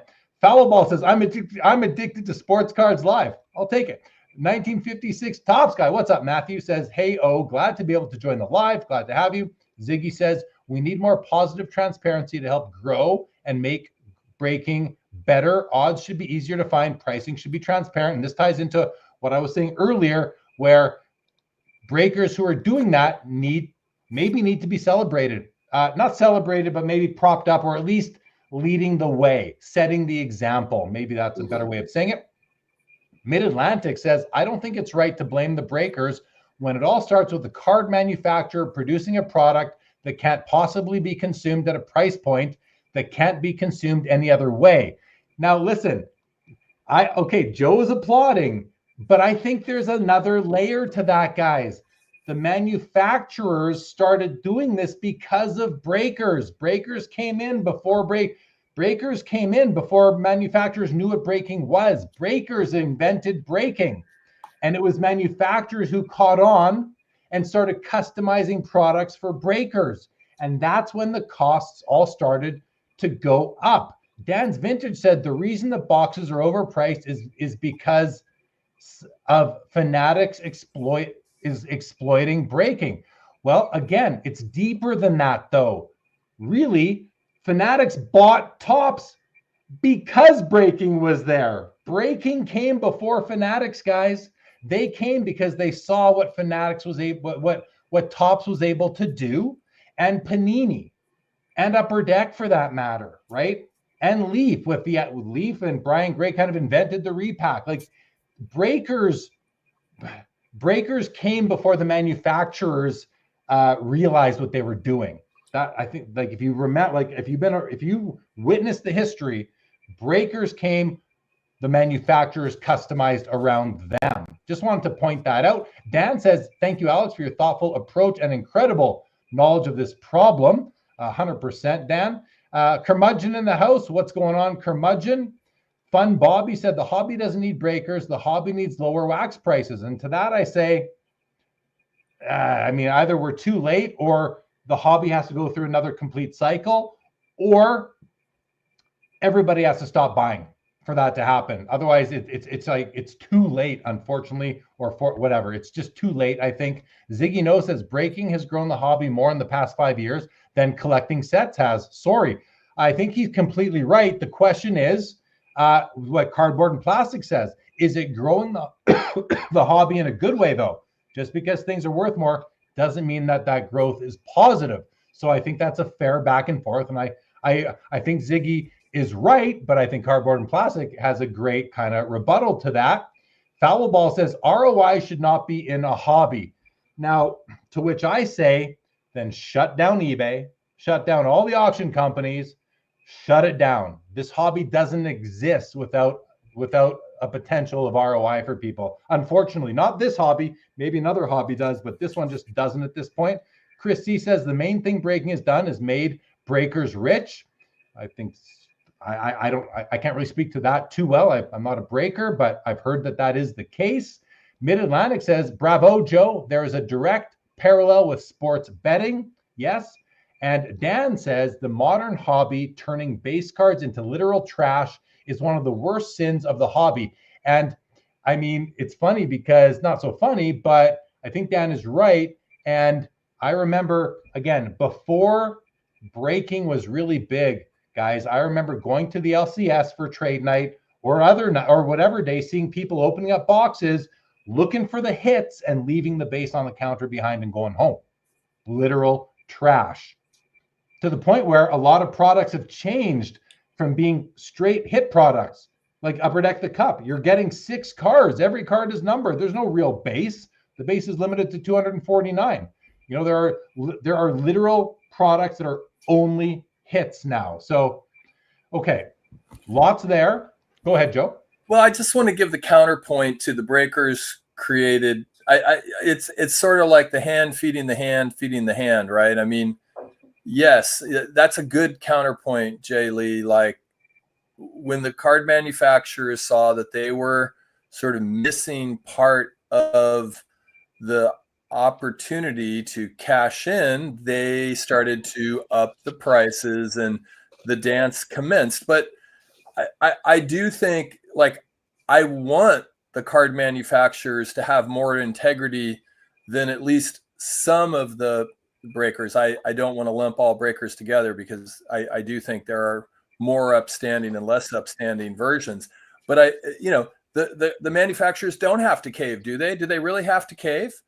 I mean, because there is some degree of relationship between what the retail price is and what the breakers do, or else at some point, there's going to be people not wanting to enter those breaks because they could just buy the boxes. So I mean, who do you want to be held responsible? Do you want Backyards Breaks to be the responsible one, or do you want Topps to be the responsible one? I'd like to think Topps has more long-term investment in that.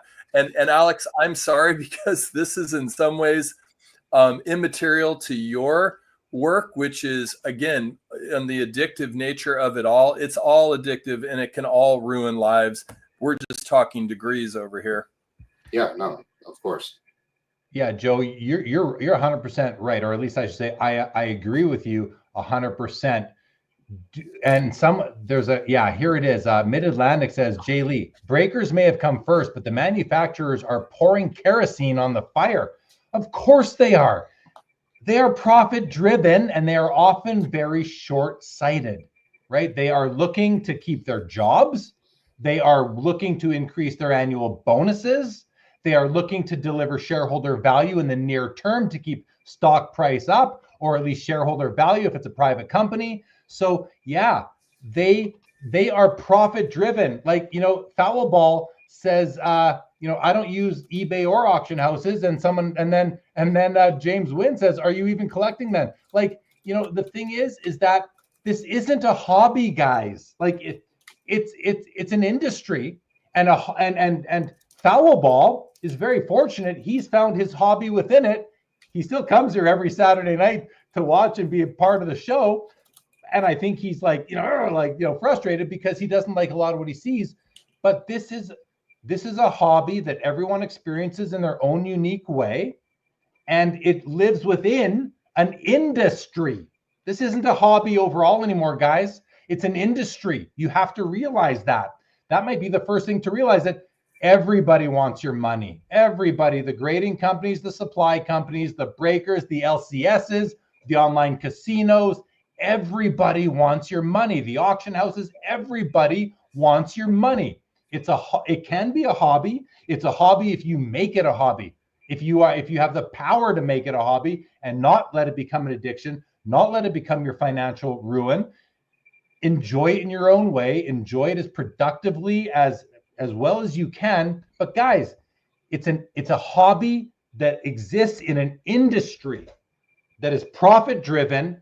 The manufacturers, in many cases, I'd love to have a conversation with like a Michael Rubin or whoever the head of Panini is and ask, like, you know, are you thinking long term the way a lot of us voices in the hobby are? We want this hobby to last for 100, 200 years or whatever, indefinitely, because we love it. We think other people will love it. But if all it is a path to financial ruin, then people won't love it as much. Thankfully, many people, maybe most, have it under control and have found a way to not lose their relationships, their financial well-being, and all that in it. Right. But again, I stress, guys, this is an industry. We call it the hobby. Joke's on us.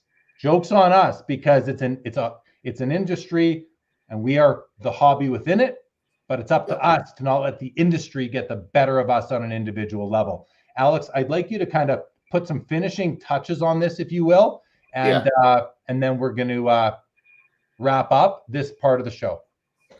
Yeah, both of you guys just brought up so many great points. You know, one thing I want to touch on real quick before we sort of close up here is that one of the biggest problems in the hobby right now is that there is no real governing body overlooking what anybody's doing. Manufacturers, platforms, breakers, right?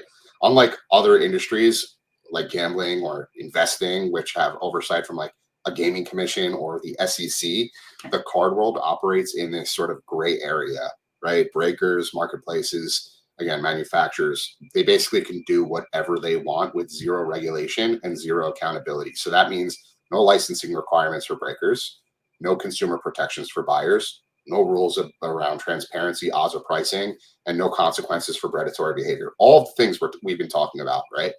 And because there's big money involved, like you said, Jeremy, no one at the top has much incentive to change it. Like, why would Michael Rubin change anything when they're just raking in the dough and nobody's saying anything?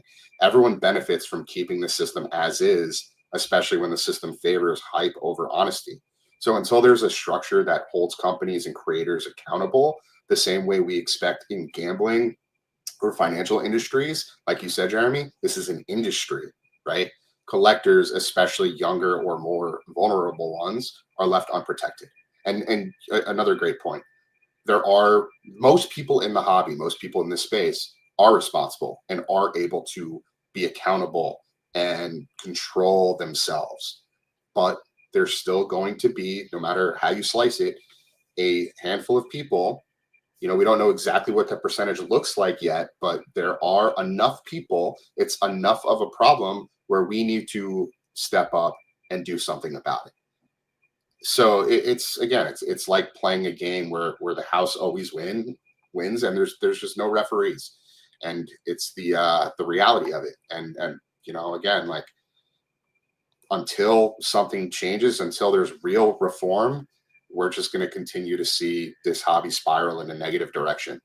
And one last thing I'll say there, it'll be much better suited for the big players, the platforms and the manufacturers and the breakers, for them to adapt to what we're trying to, do here, versus somebody like a governing body like an SEC or a gaming commission to come in and just completely, strip it of, everything and just change it up however they see fit. Like, nobody's going to want that. I don't want that. So we just need to be more proactive.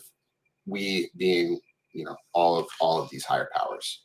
So, there's a few things I just wanted to mention in terms of like what we offer before I sort of close out and leave here. First and foremost, we mentioned this earlier. We run weekly peer support meetings. If you're interested in joining one of those, you can visit collectorsmd.com, and then under resources, you just click on weekly meetings, and it'll take you to a Google form where you fill out the information. And from there, we can add you to these group discussions, which again are really, really helpful and really impactful, especially for those that need it. We also put out daily reflection and educational content on a daily basis. This is bite-sized posts that sort of help you pause, reflect, and approach collecting with more intention.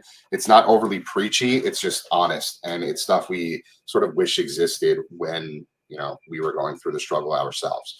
We also have our own podcast, which Jeremy, I'd love to have you on at some point in the future, where we sit down with collectors, industry voices, mental health professionals to sort of unpack what's really going on in the hobby. Basically, just more or less what we discussed tonight. It's not about hype. It's not about like highlight reels. It's just real talk with real people. And we're also working with some really great partners. We've partnered with a company called Birch's Health, which is a professional online clinic that offers support for people with gambling addiction. And so that sort of layers in a sense of professional therapy for people that might need it within our space, because I'm not a licensed therapist. We've also partnered with Gamban. They basically allow you to block certain software on your phone, and what has always been gambling for them, they've now added Whatnot, Fanatics, among several other apps that basically you can limit yourself in terms of how much time you're spending within those apps. And so if you're a part of an aligned organization or platform and just want to help create a healthier hobby ecosystem, where we're always open to conversations. And at the end of the day, this is all about community, accountability, and healing. And we're here to remind people that, again, you can still love the hobby and protect your peace at the same time. Alyx, what's your mantra? I know you have a mantra at Collectors MD. Collect with intention, not compulsion, and collect with intention, heal with support.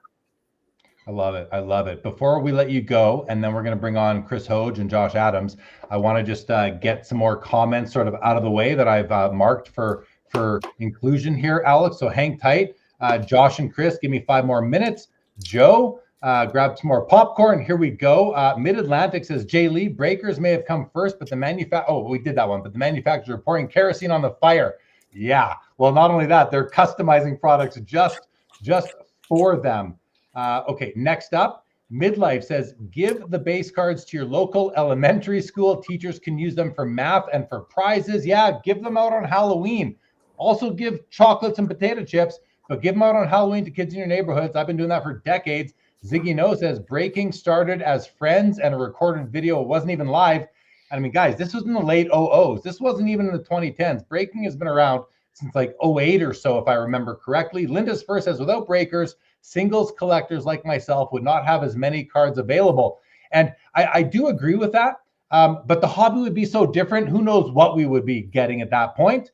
1956 Tops Guy says, everyone wants your money, but some components leverage deficiencies of the human mind to push people into dangerous financial mental territory. That's where I have an issue. That's what this whole show has been about. This whole episode's been about so far, Matthew. Yeah, we all definitely agree with that. Dog Food Soup says, I love that name. Has the proliferation of group breakers led to what seems like a huge increase in the amount of card shows? I was blown away by the number of local shows when I looked recently. And I do think there is a correlation there, but the overall growth is just a part of it. Chris from Missouri, welcome to the show, and thank you very much.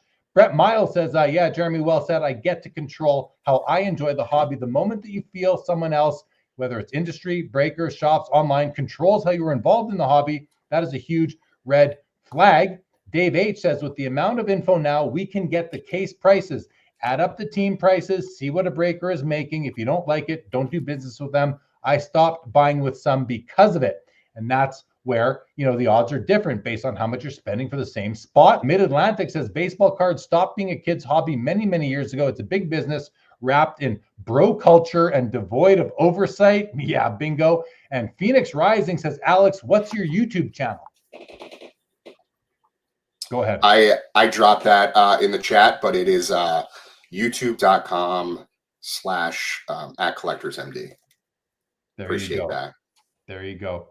Okay. Well, this has been great, Alyx. I want to thank you for coming on and continuing the discussion. I think that what you are doing is the most likely catalyst of seeing some sort of actual material effective change, even if it is simply warnings before you cash out on an app or on a website. Whatever it is you're doing, and not whatever it is, what you are doing I think it's important, guys. Like I said, I think it's important. I think it's important for our fellow hobbyists who maybe lack the strength to stop when they should.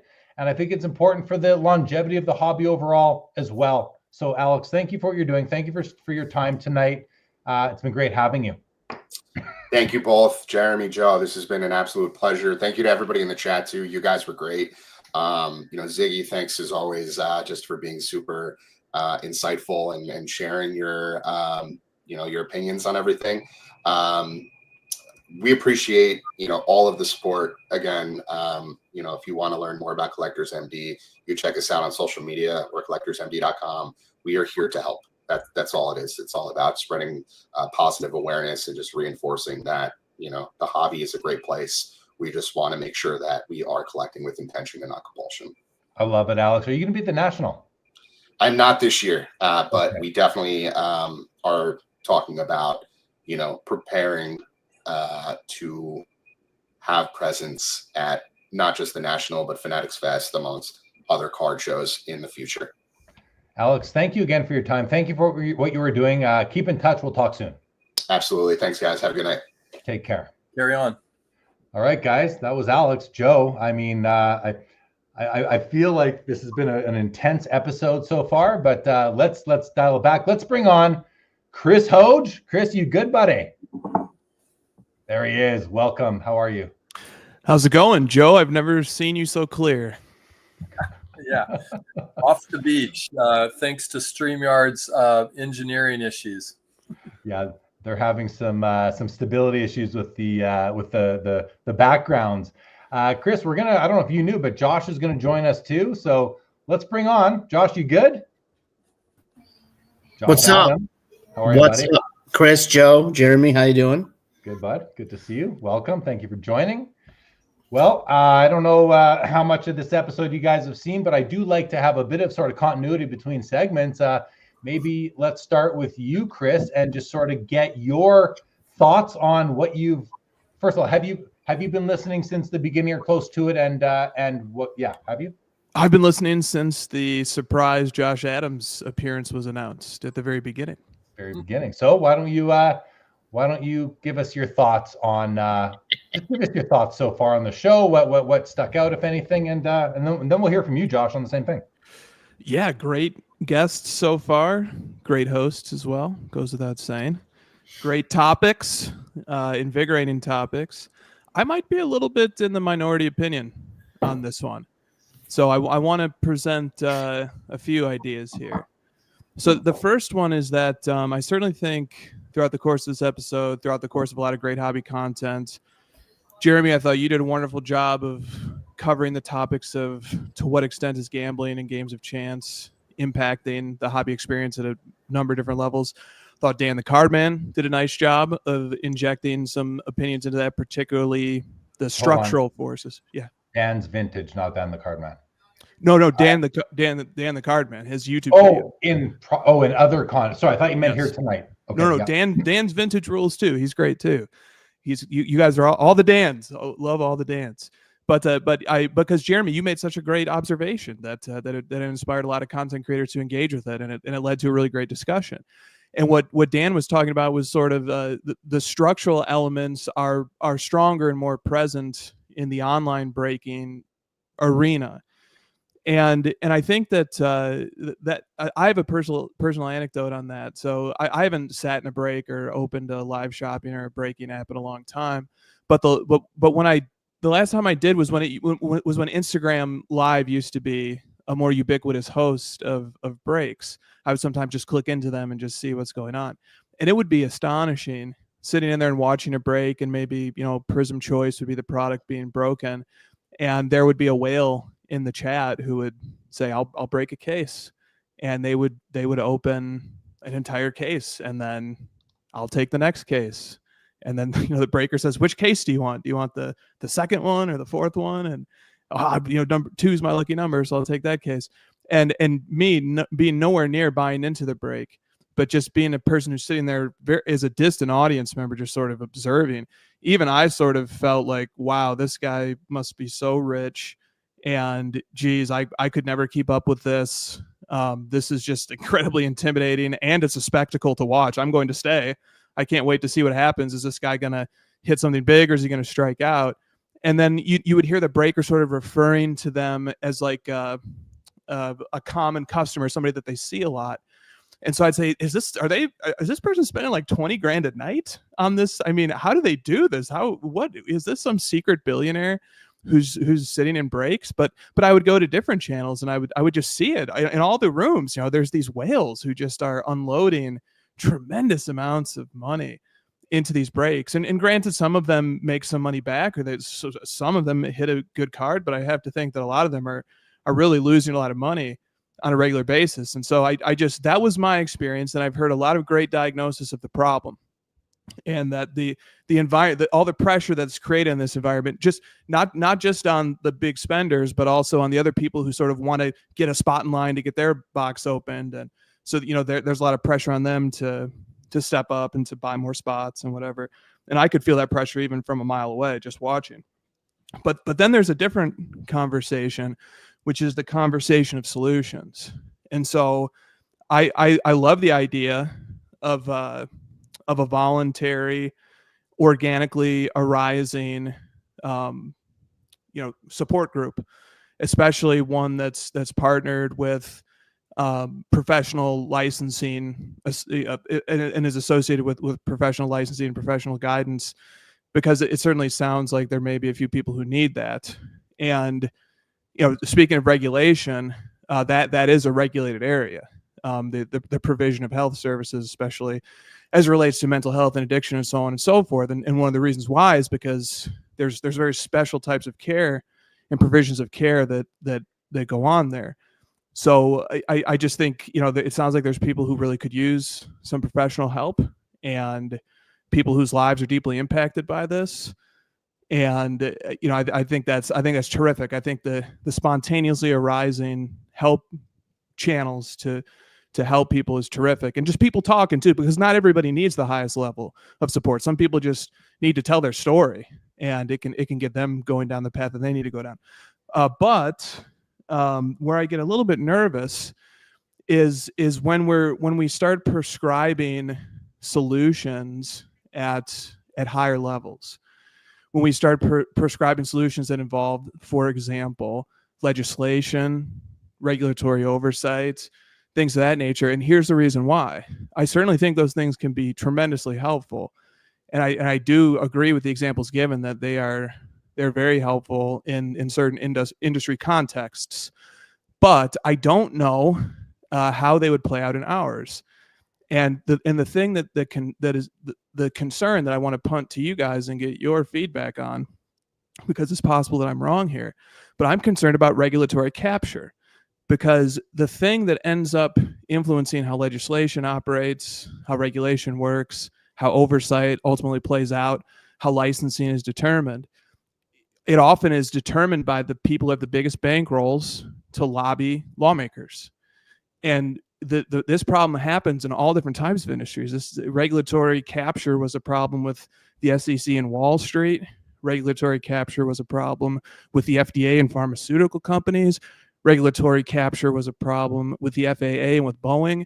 I mean, the laundry list of examples is numerous. And these are industries that are much bigger than ours, that have much bigger watchdog groups than ours, that have watchdog groups that are better capitalized than ours. So I think I think part of the discussion around this topic should divide the diagnosis of the problem from the diagnosis of the solution, and that we should really carefully consider if we're just setting ourselves up for an environment where the biggest companies can simply use their lobbying dollars and their influence to simply create a system of laws and regulation that further benefits themselves in a variety of ways, and in terms of preventing competition from coming in terms of having a lot of say in what the oversight and regulation looks like. So I think we have to be really careful when we start diagnosing solutions. Great stuff, Chris. And I think your cautionary approach is more than warranted. Couple things I think about: if there is going to be legislation that leads to regulation, first thing that's going to happen is prices are going to go up across the board because of the cost of compliance and the cost of audit, internal audit, becoming members of groups and that sort of thing. Costs go up, first of all. That's a no-brainer. So people calling for the legislation, I think you gotta consider that. The second thing, and I think you're calling it legislative capture or regulatory capture. I don't know if this is the same thing, Chris, but just from my professional background, and I practiced tax accounting for many years, and as part of that, I had my nose in both the code, the IRS code, and the Canadian Income Tax Act. And one of the things I remember, and again, I haven't practiced tax now since about 2016. So it's almost 10 years since I practiced tax, and I'm rusty at best. But what I remember was that a new, the Canadian Income Tax Act and the IRS code, the code as well, the IRS code or whatever it's called, these things change annually, if not more often. And oftentimes there is a new law that is written into law, and it has intended consequences or capture and unintended consequences or capture.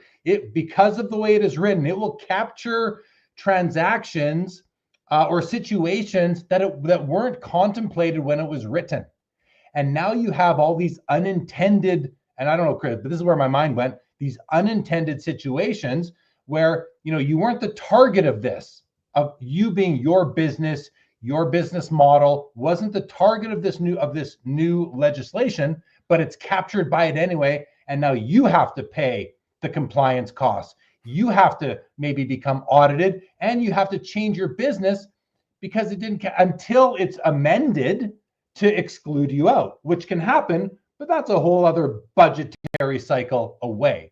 And again, this is just, again, my 9-year-old rusty tax law mind at work here. And I'm sure I know we have several lawyers watching and listening, so please don't hold what I'm saying to the fire. But we have two lawyers we have a practicing lawyer and an educated lawyer, both on the screen with us right now, not me or Joe. So, Chris, I'd like you to respond to what I said, and then we'll get the practicing lawyer, Josh, even though he's what are you again?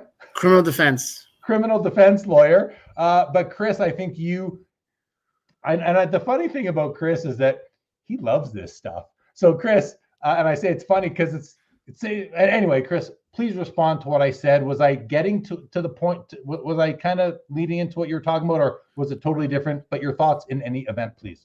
I thought you made terrific points. I don't even want to say anything beyond it. I would like that set of comments to stand, and I'll punt it over to our resident criminal defense attorney now.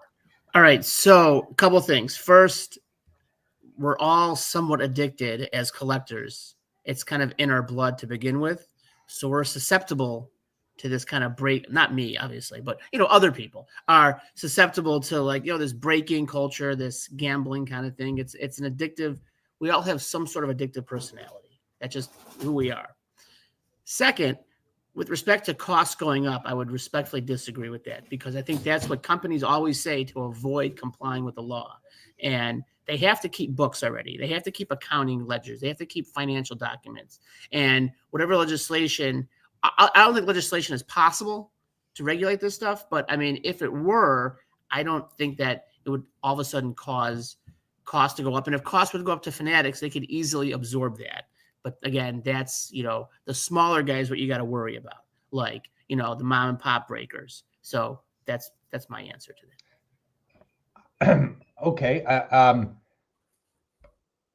I just think that if a company is going to take on new expenses that they didn't have before, that they will pass those along to the customer, Josh. And I think it's, hey man, if you don't think that will happen in this industry, even if it's real or not, even if they just to use it as an excuse, I hope you're right. I hope that if they had to take on they had to hire a new internal auditor, for 200 grand a year, that they're not going to pass that along in some way to the customer. I hope you're right. And I hope they don't, but I think they would. You don't think they would? Oh, no, absolutely they would if they had to incur new expenses. But I don't know how. I guess we're talking about an amorphous kind of like legislation or law that would be implemented. I guess it would depend on what the extent is and what the burden is on the company to comply with whatever law would be imposed. I guess that's, I think you're right. Not all ideas. Yeah, not any law or regulation, but if a company has to, okay, that's fine. Okay, great. Joe, any thoughts on any of that? As the fireworks continue to go off in the Pleasure Point war zone. Yeah, I appreciate what HOJ is saying. I found that in just my own fishbowl of, creating policy often creates unintended effects. And so it brought me back to what Alyx was kind of saying, that if we kind of lean into where we see the issues on the grassroots level, with the eyes of the hobby, so to speak, kind of watching and guiding and using our voices within this space, hopefully we can avoid large scale regulatory policies that might end up changing the hobby landscape that we know and for the most part love. And this is, I'm not saying that's going to be easy, but I do think there's probably a middle path here where, with the right people in the room, with people listening and understanding sort of the stakes involved, with kind of an exchange of ideas, we can hopefully recalibrate what's happening with the manufacturers, the price points, and the whole ecosystem, because there's a lot to be lost. I do think there's a lot to be lost in the hobby we sort of currently find ourselves in, and I'd prefer not to upset the apple cart myself. So yeah, I don't know exactly how that happens. I don't know where the mecca is or the summit. Maybe it's right here. Maybe it's right here on Sports Cards Live on a Saturday night. Maybe it is. Maybe it is. Some good comments in the chat about regulation. Dan says, who is going to regulate breaking? The federal government is in shambles. State by state won't work. Yeah, great question. Ziggy says, I still want to understand how you regulate breaking. Yeah, I mean, how do you? Like, do you put caps on prices, the most you can charge for a case, but regardless of how you're doing it? And then how do you regulate that? There's I don't know. It's a great question. Dan says starving it is the only way to eliminate breaking. And I don't think that breaking needs to be eliminated. I don't think that breaking is something that everybody wants eliminated. I think they want transparency, and they want, I think people, like a lot of us observers, want transparency for the longevity of the hobby. And I think that we also want similar controls, not control, like warnings that like you see before you watch an X-rated movie or you buy a bottle of booze or a pack of smokes, sort of thing. I think, but again, could probably be wrong. Jay Giuliano says, general thought, regulation probably coming. Best guess, child of Senator has a high loss, and then becomes outspoken towards legislation. That might be how it happens. Actually, could be. So anyway, I don't know how you regulate. I'm glad that's not my job, and I don't know whose job that is. But all that said, in the absence of it, Collectors MD, support groups like that are there for the people who need support. And that is really what this episode was meant to highlight. Of course, we've had deeper thoughts, and I'm thankful and grateful to the chat, to Alyx, to all the guests so far tonight. But let's change what do you guys say? Let's change the topic altogether. And for that, I'm going to go to Chris. I'm going to say, Chris, did you have a topic in mind that you wanted to get into tonight that is maybe just different from what we've been talking about so far? Yeah, I've got a few. That's such a passionate topic, and I just want to give like one final little thought, then I'll introduce the new topic, which was I thought that Jeremy, you and Joe were hitting the nail on the head there when it comes to the middle path. The middle path here, probably I think, being the springing up of voluntarily organized support groups, I think is at least a good step, and then that can lead to more steps potentially. So I do think it's terrific to signal boost the existence of groups of people who are getting together and helping each other, supporting each other, and potentially funneling each other to professional help if that's needed. So I think that's terrific. Okay, but so my topic is a bit of a spillover from I have to give the credit to a different Josh, not our great Josh Adams, but the Josh of Cardboard Chronicles infamy, who has been on a bit of a tear over the last week, sort of making the observation through his Instagram stories and then on the Crossover podcast the night before last, that there might be, well, certainly there seems to be, from his point of view, a pricing disparity in the hobby between case hit inserts such as Kaboom, Color Blast, Downtown, Manga, and others, when contrasted against iconic, historic, rarer hobby chase cards like Topps Chrome Superfractors and stuff like that. And so he's just sort of been pointing out this discrepancy, and then but also he and Christina don't mind hiding that they just don't like these cards as well. So not only is there sort of a price issue that they bring up, but also, I mean, we did an episode called the Kaboom Hate Train. So, Kabooms were taking some heat, okay, which is fine. I think, I actually think, Joe and I were kind of kicking this topic around a little bit before I was going to bring it to the show tonight. And Joe was sort of making the observation that there's a balancing effect, because there's so many strong opinions, usually in the positive, that a strong opinion in the negative just kind of tends to bring the average back to zero rather than skew us in a totally negative direction.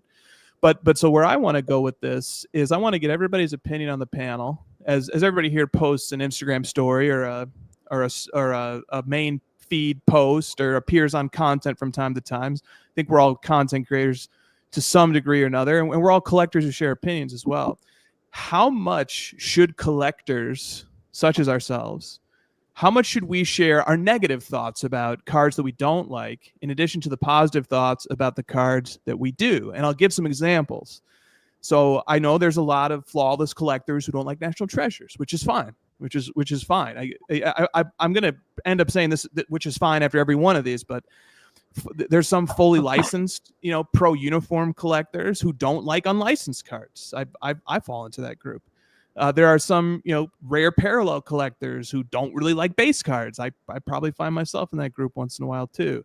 There are some ultra modern collectors who don't like vintage. There's some vintage collectors who don't like ultra modern. I wonder if pre-war and vintage feud sometimes as well. I don't know. There's on-card autograph collectors who don't like sticker autograph. There's high-grade collectors who don't like low-grade, and so there's just there's lots of examples where we like one thing and then we don't like its opposite in particular, or whatever. So, all right, I've given some examples. I've set the table with the topic. What do we think? How much should collectors express their negative sentiments as well as their positive? It's a great question, Chris. One that I don't think we've ever talked about in 5.5 years or so of Sports Cards Live. I don't know. So I'm going to start my answer, guys, if you don't mind, by referencing, I was listening. So as many of you know, I've been sick with either mild pneumonia or heavy bronchitis for 3 weeks. Last night I started up my walking again. So I put on Iowa Dave and the Shallow End podcast. And he had a guest on named Jason Contrarian Cards on Instagram. And Jason said something that really, it was in the preamble of a discussion where he said he expressed an opinion on a card that he just didn't really like. And he said, listen, I don't want to insult anybody who likes these, but but this is how I'm going to have an honest conversation here with you. So I think that really stuck out to me. It's I don't enjoy saying that I don't like a card because I don't want to hurt someone's feelings out there who might like that card or have a whole collection built on it. So that said, however, in private chats and of course private discussions, I'll tell you exactly, like Joe and I have this discussion all the time. Not all the time, but regularly. He'll pick up a card and he'll send it to me, and he'll say, "Oh, look what I bought." You know, usually it's late Sunday after a Fanatics Collect auction or something. He'll send me a card. He'll say, "Bought this tonight. What do you think?" Or I'll say, sometimes I say, "Absolutely love it," but I'll be honest. I'll say, "You know what? I don't necessarily love the looks of it, but if you do, that's all that matters." And I always feel a little bit bad when I say I don't love the looks of it, because I don't want to. I know how I am. Like if I love a card and someone says I don't like it, on the one hand, it's like, well, it's my card. I don't really care, but you know, I would like it more if you liked the card too. You know, I think we all like a little bit of validation in our lives on certain things. So the question, like Chris, it's a great question, because I'm sure I've done it before, but I'm not going to make a habit unless I'm invited to ask. I'm not just going to volunteer. Someone posts their, you know, incoming and they show a card or mail day. I'm not going to be like, well, that's freaking ugly. I'm not going to go post that on their comments, right? But if I'm talking about a card, you know, maybe I see a solicitation from Upper Deck on a new product.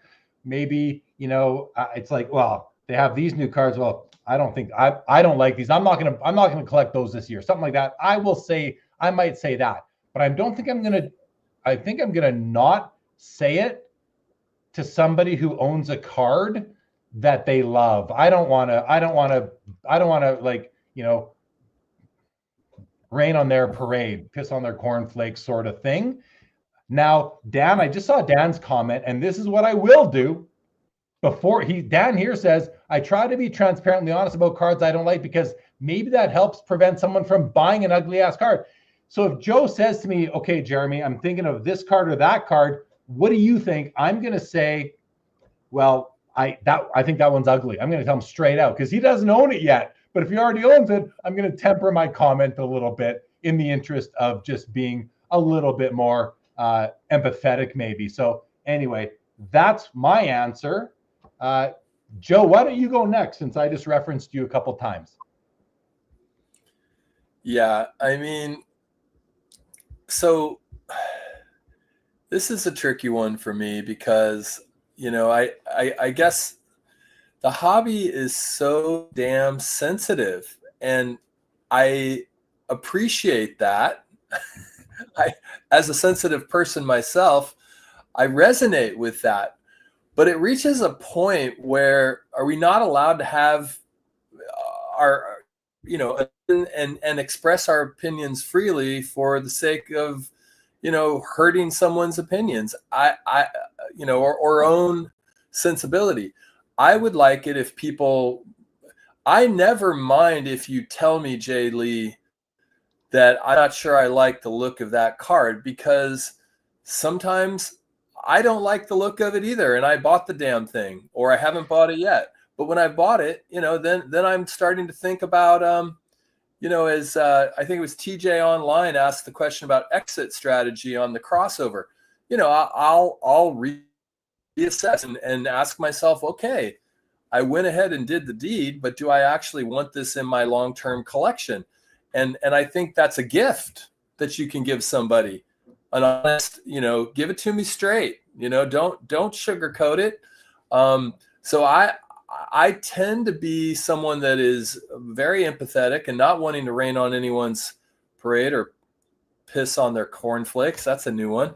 But I would appreciate all my hobby friends to tell me their opinion, because generally speaking, I know where they're coming from too. I can contextualize their framework from their own collecting interests and kind of calibrate that into my own collecting interests, and then, you know, evaluate whether or not it's a long-term hold. I mean, this even works in the realm of vintage. I texted Greg at Midlife a picture of a T206 Walter Johnson, you know, glove at chest card just the other day, and I liked the look of it. He asked if it had been handled by the Wolverine, And I said, well, what do you mean? I mean, none of the main features are disrupted on the card. And so we, you know, and I like the tobacco juice on the back. That gives it a sense of authenticity. So we argued about a card that we both agree is a wonderful card to own, but we were arguing about the condition features of it. So I don't know. The hobby is too damn sensitive, I think. And I understand the whole amplification of content creators' voices. And I do think it's wise to acknowledge where you might have interests financially. So I don't want to be, you know, naive around that. But I don't know. I'm not playing in those big pools. And when we're talking about cards, most of the cards in my weight class, it's just like, no, I mean, let me know what you think. And I'm happy to let you know. I'll be a little sensitive, but if you're asking me, I'm going to tell you. I think that's, yeah, that's all fair. The one thing I would say is that it's all subjective when it comes to not condition. I think condition you can have a more objective discussion about, but aesthetics, the aesthetic appeal, I think that is very subjective.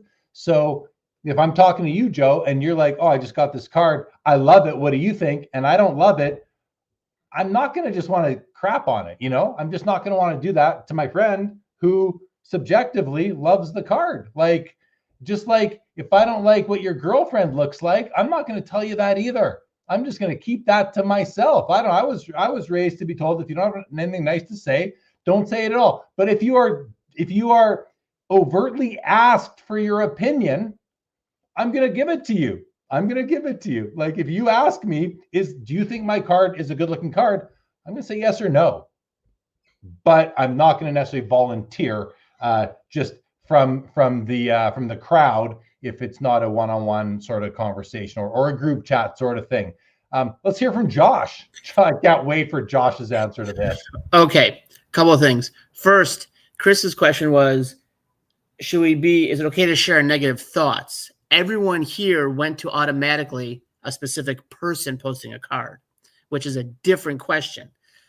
I have no problem sharing my thoughts that a generalization of a card or a brand or something is not my cup of tea. I would never go out of my way to tell someone their card stinks, except for someone we all know that's a doctor that posts certain WNBA cards. And my favorite GIF of all time is the Kyle Mooney with the garbage cans behind him. And you know what I'm talking about.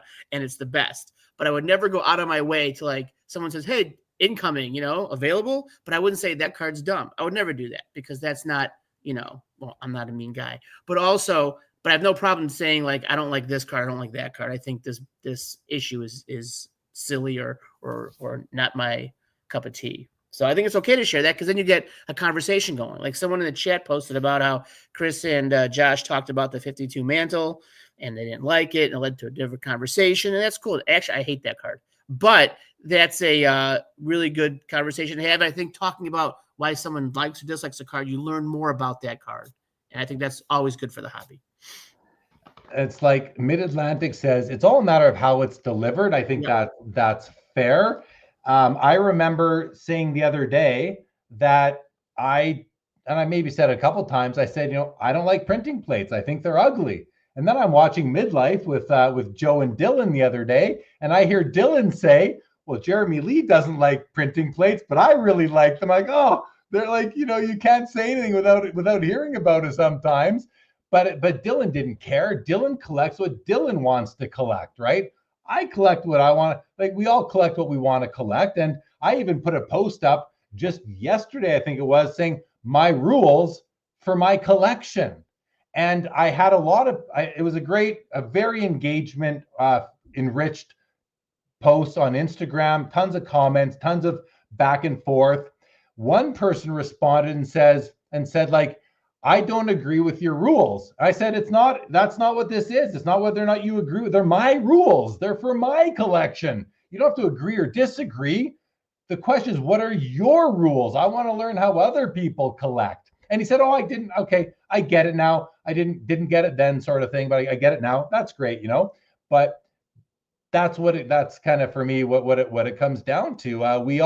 And then I said many times as I was responding to people, It all comes down to the number one rule, I believe, which is collect what you like. Don't worry about what anybody else likes. You want to ask them, that's fine. Ask them, but don't worry too much about it unless you ask them. It leads to, like Josh was saying, a greater conversation that leads to new insights, new knowledge, new information about the card that might actually change your thoughts on it. I'm all about that. I live by a set of theories and kind of constructs about how I see the world working. But if somebody presents me with a construct or a theory about the way the world works that makes more sense than my existing theory, I'm going to swap it out. I'm going to swap out my old one for yours, and it's going to become my new theory. That's called being open-minded and logical and somewhat humble, because you're not stubborn to your own ways of looking at things. And I do somewhat take pride in being that way in very many situations. So, Chris, you've heard from all of us. Do you want to respond? I do. 4 points, all brief. The first one is that I want to share my brother Nick, or also known as Stiff Arm Wax, his doctrine on this, which is that. So, for example, he has he collect one of the sets that he collects has sticker autographs, and he knows that it's not popular among some collectors, and that they still are expensive. So, there's obviously some people he's competing against for them. But his point of view on this is that if somebody doesn't like them, A, that's completely fine, and B, maybe it even has a positive effect, which is less people competing with him for them. So, I think that's a very healthy mindset to take when collecting, is really not to get bogged down in other people's opinions. But the flip side of the coin is that there is a sense, we can all sort of sense when somebody is sort of saying or offering criticisms of things that we like, especially if we know the criticisms are valid or somewhat valid, that we do kind of get a little worried, like our card is being exposed, it's being stripped of its armor, and it is being revealed or something. The emperor has no clothes. So I think that we all kind of feel that to some degree. But he had a great mentality on that I just thought was worth sharing. Point number 2, I'm going to say the points number 2 and 3 are in the positive nature of on why being negative can be good for the collector. The first one, Jeremy, you alluded to this, which is that it can be a credibility builder. That a person who is balanced and who likes some things and dislikes other things is probably going to be perceived as having more credibility than somebody who just likes everything. There's a level of authenticity there that we can all sort of relate to, because probably none of us like everything. We all don't like something. But then the bigger strategic point, I think, for a content creator or a collector is that for almost any card, maybe not for a card like the 52 Tops or the 86 Fleer, which are like widely owned, but for almost any card, there are definitely more people who don't like it than do. So coming out against a card is almost always going to build a massive majority around your point of view, and many people are going to rally around that. And there'll be very strong people against you, but many people are going to rally around it. So there is an advantage that I don't really have the courage or the appetite or the style to really come out against things, but I really admire that Josh does. And I do see a lot of people rally around when he offers us not an over the top, but just a strong, firm take in the negative. A lot of people rally around that. And then my 4th point, this is where I struggle. I struggle because I sort of understand, or think I understand, that every card is probably going to have at least somebody who likes it, because there's a level of subjectivity involved when it comes to liking cards, especially if my system of judging cards is heavily aesthetic. And so I know that for any card that I can say something about it that I don't like, and there are plenty that I don't like, even though I can say something bad about it, I can also, if I take the time to think about it, I can imagine good things to say about that card too. If I just sit there and think about it for a little while, I can figure out why somebody likes that player. I can figure out why somebody likes the way this looks, or I can figure out why somebody feels it's historically important, and that sort of overcomes maybe that it's not the most beautiful card. So that's where I really struggle, is that I can almost to a fault empathize with the fact that I can understand how other people like something. And as soon as I utter something negative about it, I suddenly think, but I could see how somebody would like this too. I sort of get stuck. I get stuck in that limbo. I hear that. I hear that. A couple of responses that I'll share. So you mentioned Josh, kind of speaking out, not against a card, but in distaste for a card. And then there's the rally around him. I think a lot of that is that he's gone ahead and broken the ice. He's the first one maybe in that community who has said something, and then people are like, oh, I'm not alone. I don't like that either. And then a lot of people don't have the courage to be the first one to speak out against a larger group or towards a larger group. So I think that's maybe why that happens. Now, you said, that there's something to be said for maybe coming out against a specific card. Well, what about coming out against the whole sport worth of cards, like football, for example? How do we feel about that, Chris and Josh? Because we know that the same doctor that Josh was just alluding to a few minutes ago loves to say that no one collects football.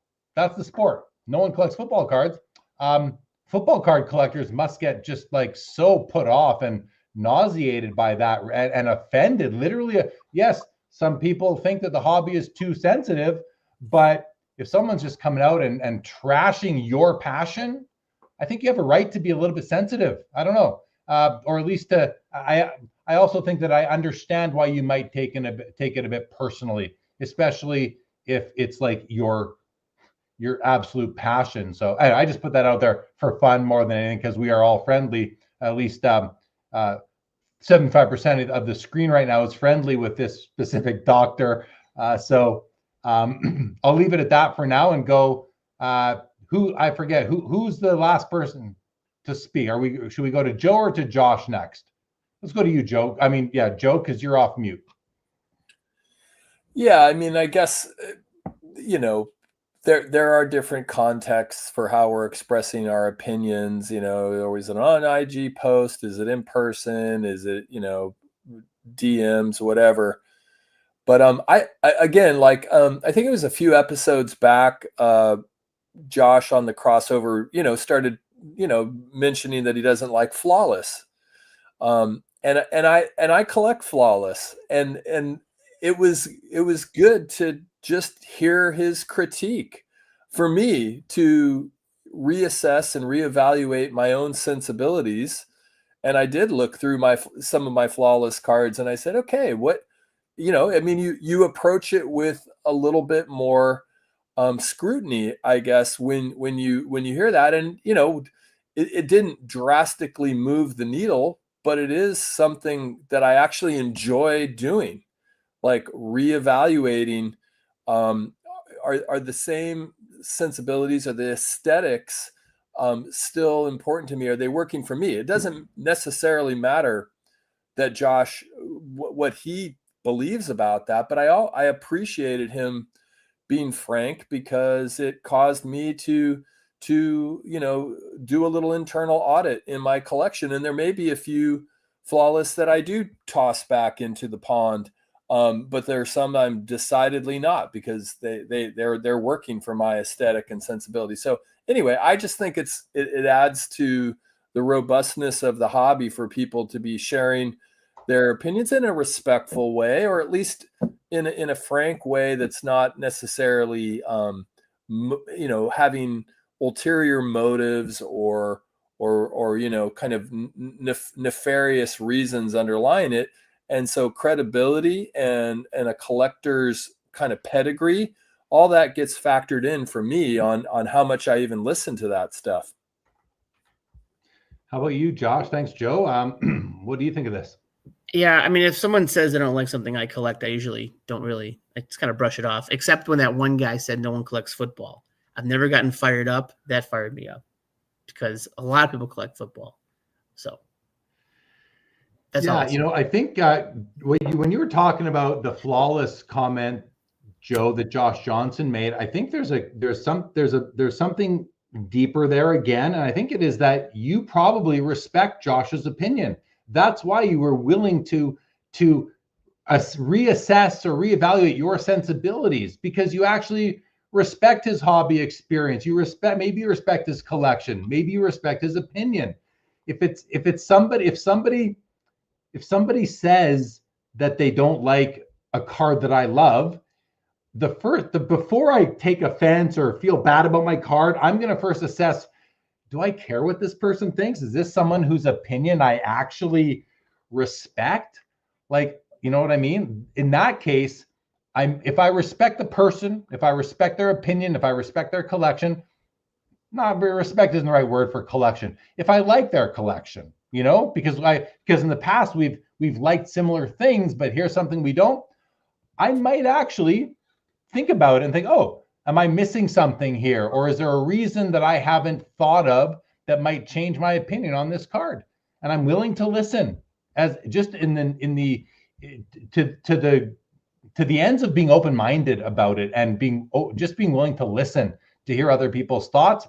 I might then do it. But again, if it's somebody who I see them saying stupid things all the time, or things I don't agree with, or they have opinions on things that I have really never shared, then I'm just going to laugh it off and go, oh, okay, I'm probably not missing something here because this person just spouts off about and says stupid stuff all the time. So, Joe, I think that's the thing. That's why, like, if that's why you were willing to reassess those sensibilities, because you respect the voice behind those comments and you wanted to make sure that you weren't missing something. So, and you're nodding along. So I think you agree that has a lot to do with it. Yeah. Eric Young just put in the chat, and this is something I was trying to find the words. This is the quote I was thinking of, Eric, too. Don't take criticism from anyone you wouldn't take advice from. It's crazy how much I think about that.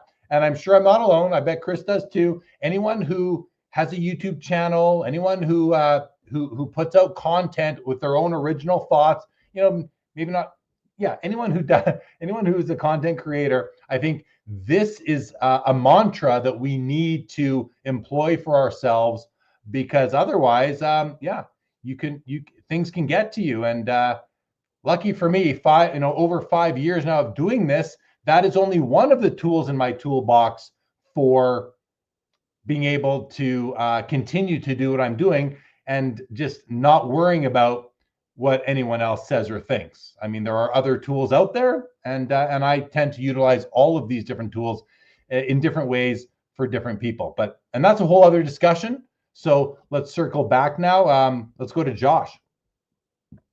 No, I love. I was trying to think of the words too. I love that mantra. I use that. That's applicable in everyday life, not just card collecting.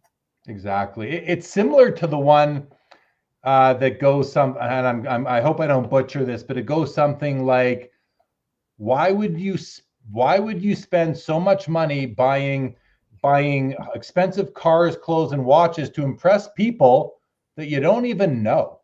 You know, like that sort of thing. Or I don't know the exact wording of that quote. Maybe it's probably better than what I just said. But yeah, that's another one that's similar. Can anyone articulate that better? No? Okay. Chris, this was your topic. You want to put a bow on it? Any closing thoughts on it? Yeah, you know, I just thought the panel's responses all had an interesting common thread of a willingness to be very tolerant of a dissenting or competing point of view. And I think I think in the group setting, something about that brings out that part of us more than when I'm sitting in my chair with just me and my phone, and I'm scrolling and I see something and I'm just like, oh, how could you say that? You know, I think something about the group setting brings out more understanding, mutual understanding. And so I do think it's been really helpful to sort of have the meta discussion, have a discussion about discussing things. It specifically, you know, expressing thoughts and opinions on cards. But I don't know if I've solved one of my internal dilemmas, which is just being a little too willing to see every side. I don't know. I'm not quite sure how to put that, but But you know, my final thought is this. I think something that's lingering in the background is the first thing is that we all don't like cards in the same amount. But maybe the level of disagreement is bigger in some instances than others, but there's probably very little overlap amongst the four of us in terms of owning the same card.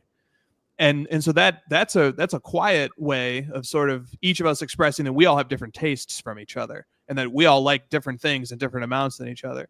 But the flip side is, and so you sort of think, well, we all kind of disagree about all different types of stuff when it comes to the market lease. But the flip side is that, but if we do agree and we do have a card in common, I almost like that less, you know. I almost don't want to have cards in common sometimes, you know, because it's like, we both have the same card. Yeah, it's okay. I like being card brothers, just like on one or two cards, you know, just a little bit. Go ahead, Jerry. I was just gonna say, because it thinks me that card bros thing, but also if I've got 1,000 cards and you have 1,000 cards and we have one in common, I think that's cool, and you got there.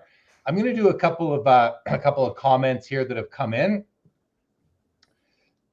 So, okay, first I'm going to add this one to the list, and I'm going to get in. Okay, so first off, midlife. Greg said, "It's like politics. Tell me why you like your candidate, not why you hate the other person." Fair. Matthew, 1956 Tops guy says, "If we didn't have arguments, we'd never learn anything. Those arguments just need to be well articulated as not just flaming someone or some segment of the hobby." 100% agree. He goes on to say, "Negative content is underrated." I'm going to stop right there for a second and say, is it really though? Negative content gets the most clicks. It just does. And I think we know that, but I'll continue. But it needs to be accompanied by logical reasoning and statements of fact as opposed to generalities and attacks without factual merit.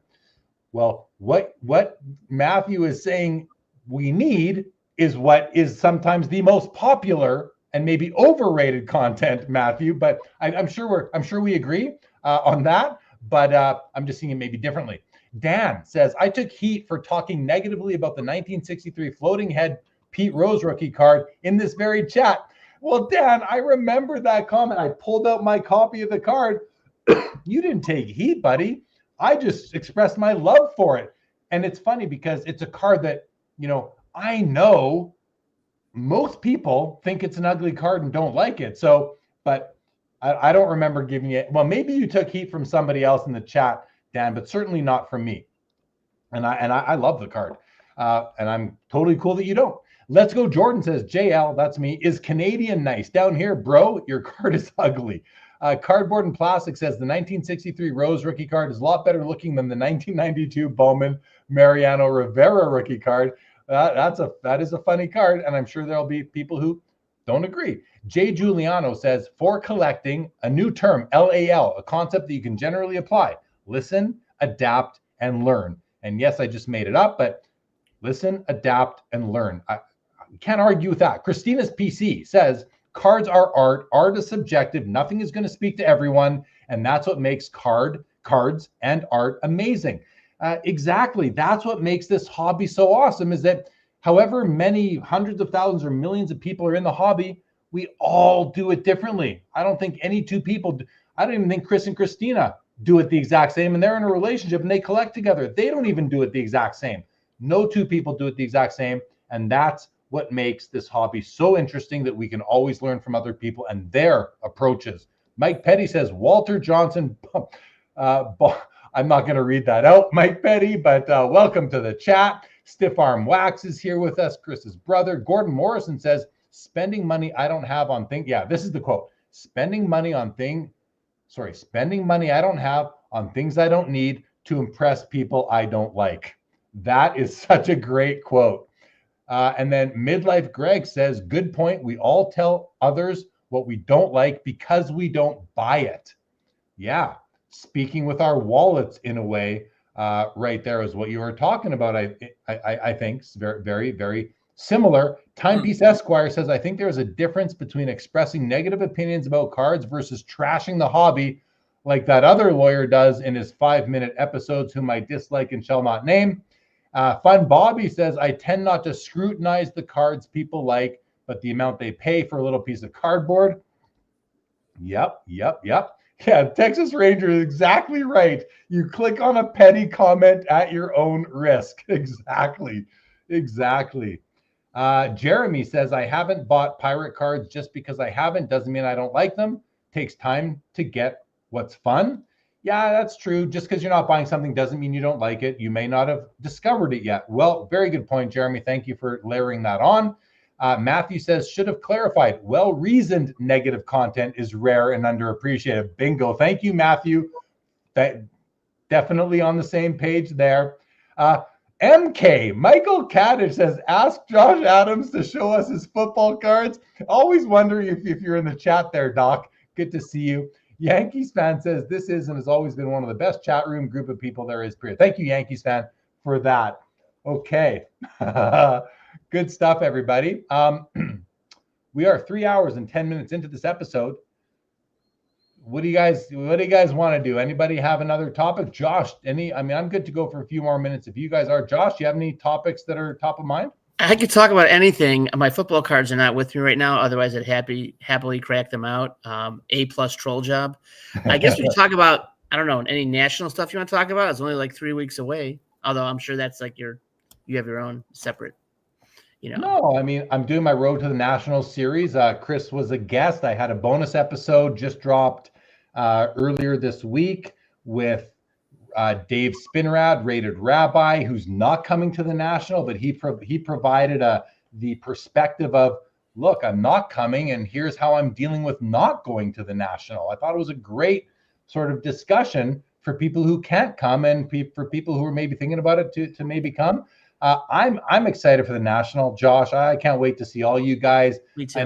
I know. We're gonna have some nice extracurricular sort of meetups. There's the Vintage Trade Night, which is hosted by the Four Collectors YouTube channel group. That'll be on the Saturday. I'm excited for that. There's gonna be a hockey trade night. I think it's gonna be on the Thursday that I will definitely go to.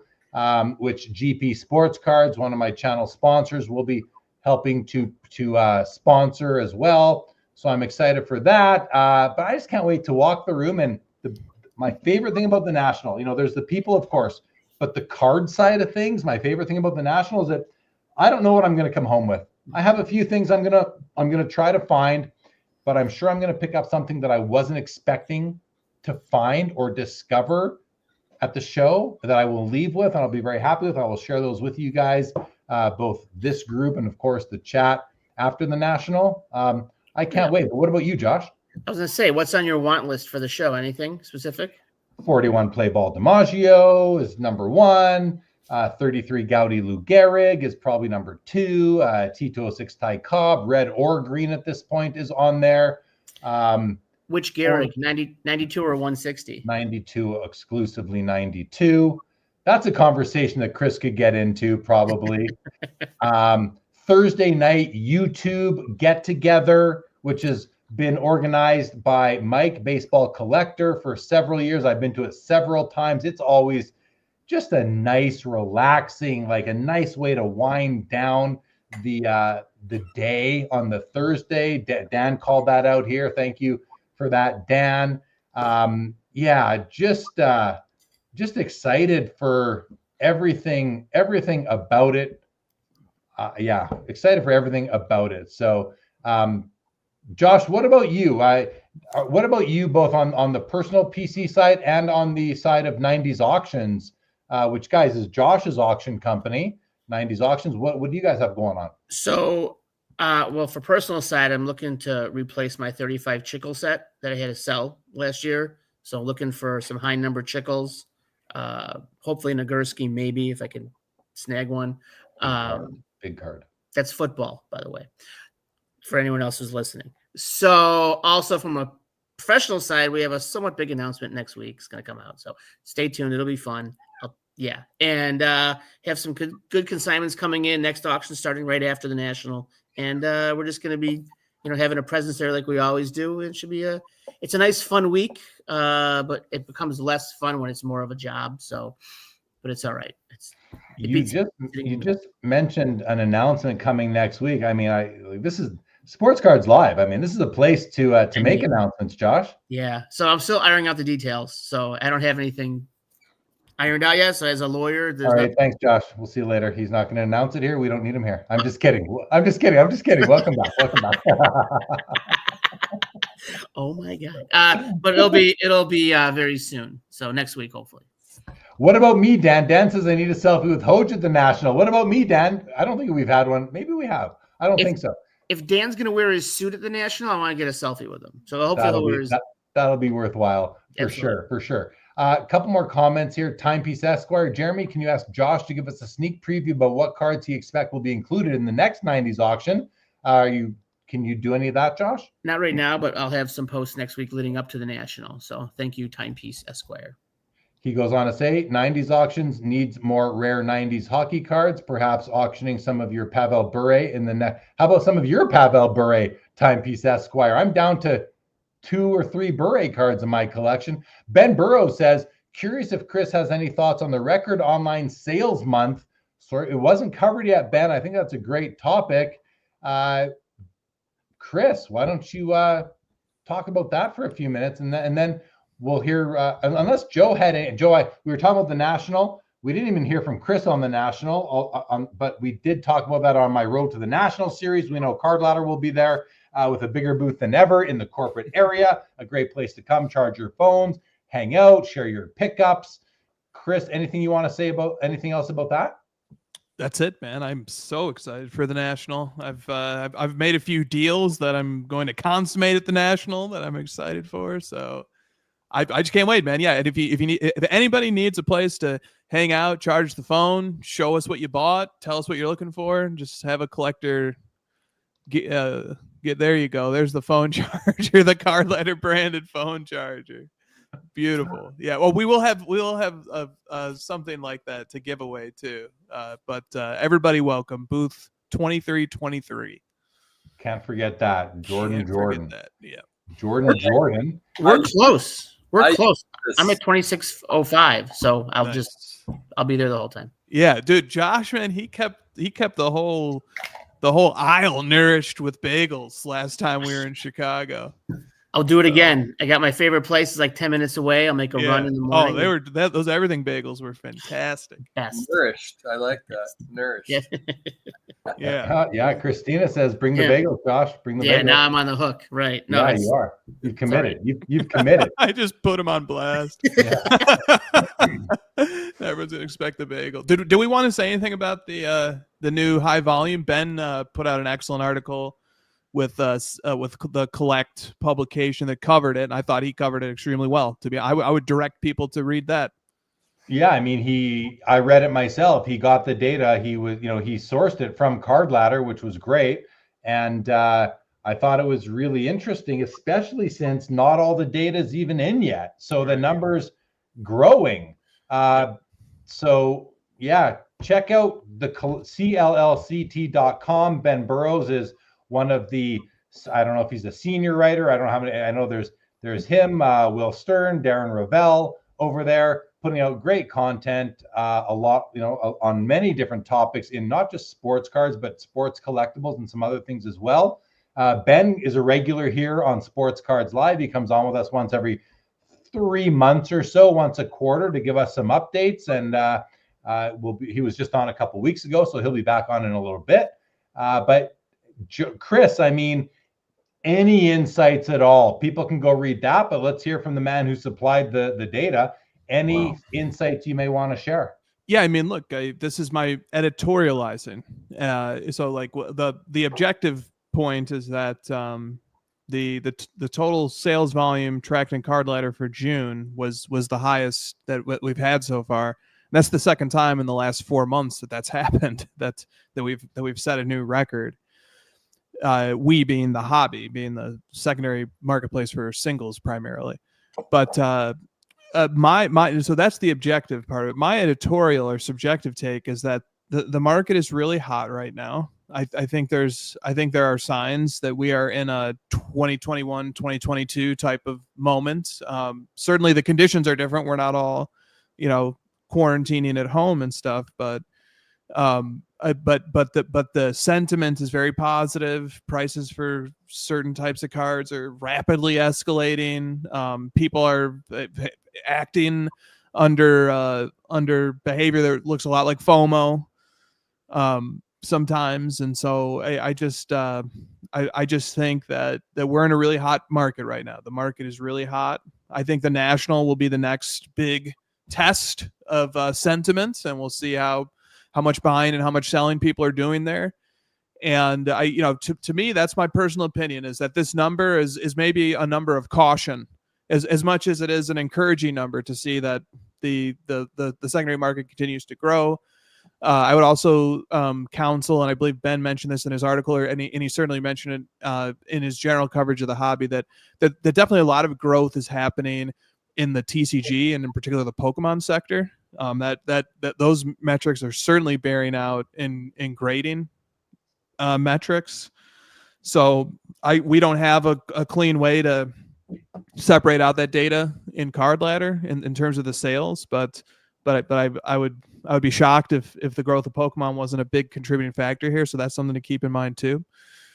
And it's just a word of caution. As exciting as it is to see this industry continuing to grow in various measurable ways, it's also I counsel caution and just take into consideration that things don't always just go up and to the right. They certainly do not. We've seen that before. And it's one thing to talk about overall sales dollar aggregate volume, but it's another thing to look at average sale price or volume. What is the volume? Is the volume up or is the volume down? Are we seeing, you might have the big Goldin auction, that maybe is bigger than other months, Fanatics Premier, maybe a huge Heritage auction with a $5 million sale. A lot of these things can definitely move things up month over month. So Joe, what do you got? Just a follow-up question for Chris regarding Pokemon or TCG, whatever, because you incorporated that a little bit into your response, and it's been a question on my mind in so much as I'm strictly a sports card collector.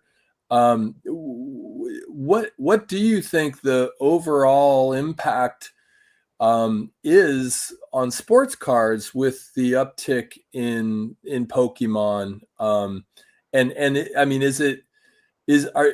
we're looking at a market boost, is that sort of part and parcel including TCG, or are you kind of reflecting, or is the assessment specific to sports cards? I guess two questions really. Yeah, great questions. Obviously, thoughtful questions. Let me add one more piece of context.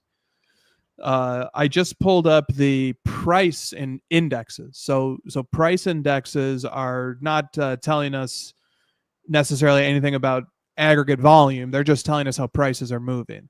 And I pulled up two different price indexes and set them to year to date. And so Pokemon year to date, its price index is a category. This index has over 8,000 cards in it, is up 41% year to date. And then the closest comparison I have for how the sports card category as a whole is operating. I mean, we have huge category indexes. We have a hockey index, we have a football index, basketball index, an F1 index, a baseball index.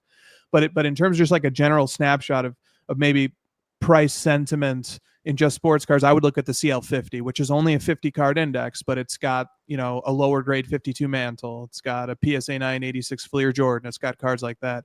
That index is up 15% year to date. So as a matter of a multiplier, the idea that maybe Pokemon is sort of somewhere between double and tripled the rate of growth of sports, but both have grown in price, that seems to make sense on its face. So there's some numbers, Joe, but your question is more sort of along the lines of, is there any spillover effect perhaps from the growth in Pokemon into sports cards, or maybe are they taking people away? Is that part of it too? Is that sort of what I'm? Yeah, exactly. I think there's definitely some siphoning away, at least in the short term. I think there's especially more transactional bottom line oriented professionals, entrepreneurs, flippers, dealers. I think there's definitely been some movement over into that category. I think a lot of people are, doing their homework and tuning into Pokemon content to try and play catch up and play a role in that. But I don't know if it's going to be long term, because I think on some level you just have to really love it too. It has to be more than a profit motive, and I don't know. I don't know if that's going to stick or not. But I think there's definitely a magnet right now in the TCG and the Pokemon that's sort of pulling away at least people on the dealer level and that on that level. Yeah, I'd like to think that in long term, any interest in cardboard is good for where we see, kind of the fundamental center of I guess collecting it, and maybe that's an assumption that I need to look at. There's pirate cards from the 1800s, but the overall, I would like to think that even the exposure to just the concept of collecting will over time trickle down into sports cards, because I think sports aren't going away anytime soon, as long as the civilization continues as we know it. But that's maybe me being wishful in my thinking, seeing how strong this Pokemon surge has been, and I'm glad to hear that even 2 to 3x multiplier, we're still in sort of a positive trend. But yeah, I'm curious what other people think about this too. If Jeremy or Josh want to weigh in. Well, I want to shout out Theo at Clemente Collector. He was our guest, one of our guests last week, Joe, when you took the week off. I do want to see a doctor's note, by the way, still. Just kidding. So Theo has been doing a really nice series of episodes, short 15-minuters, where he brings on 3 or 4 different voices in the hobby, Leighton Sheldon being one of them, Lou Rock TV, Ryan Nolan, and oh boy, I'm sorry to the other guy, just his name is slipping my mind, but maybe Dan or someone can remind me. But he did an episode recently kind of about like, should Pokemon dealers be at sports card shows? And one of the things I like, one of the responses to that question I liked the best was that it's allowing more fathers and maybe mothers too, who collect sports cards, to take the day to go to the show, because now their kids want to go too, because they might be able to get a Pokemon card. So thank you, Dan. Jason's Cards and Comics is Theo's 4th guest. So first of all, go check it out on Clemente Collector YouTube channel. This is just one of these. They keep coming out. I'm like, oh yes, another one. Like, he's doing such a great job with these things. But this was one of them. And yeah, I think that I don't want to see, like, I'm okay with Pokemon being at card shows, but there will, if it gets to a point where I go to the National one year and it's like 75% Pokemon and 25% sports, I'm probably not going to go. I'll probably find somewhere else to go because it's only 25%. I don't mind walking past some Pokemon booths to get to the sports card booths, but that's one thing. There was another comment in here. It was Dan again. He says, dealers moving over to Pokemon for a quick buck were never really part of the sports card hobby to begin with. Well, they might have been part of it, but they weren't into it, right? Like they didn't have any real passion for it, or they were just in it for a very short period of time, which I think maybe is what Dan is more getting at. And I agree. Like, now you're just going on over to the next whatever it might be, then you're just chasing fads. You were probably into Beanie Babies as well, and now you're into Labubu, if you don't know what that is. Anyway, so yeah, I mean, I also had I made a comment recently somewhere, which was like, if you are a grown man who did not grow up playing Pokemon, but you are now collecting Pokemon, and you've never played the game, and you maybe tell yourself you like the art, I'd love to have a conversation. Like, listen, again, collect what you like, but if you really like it. Otherwise, I think you're really just chasing a fad.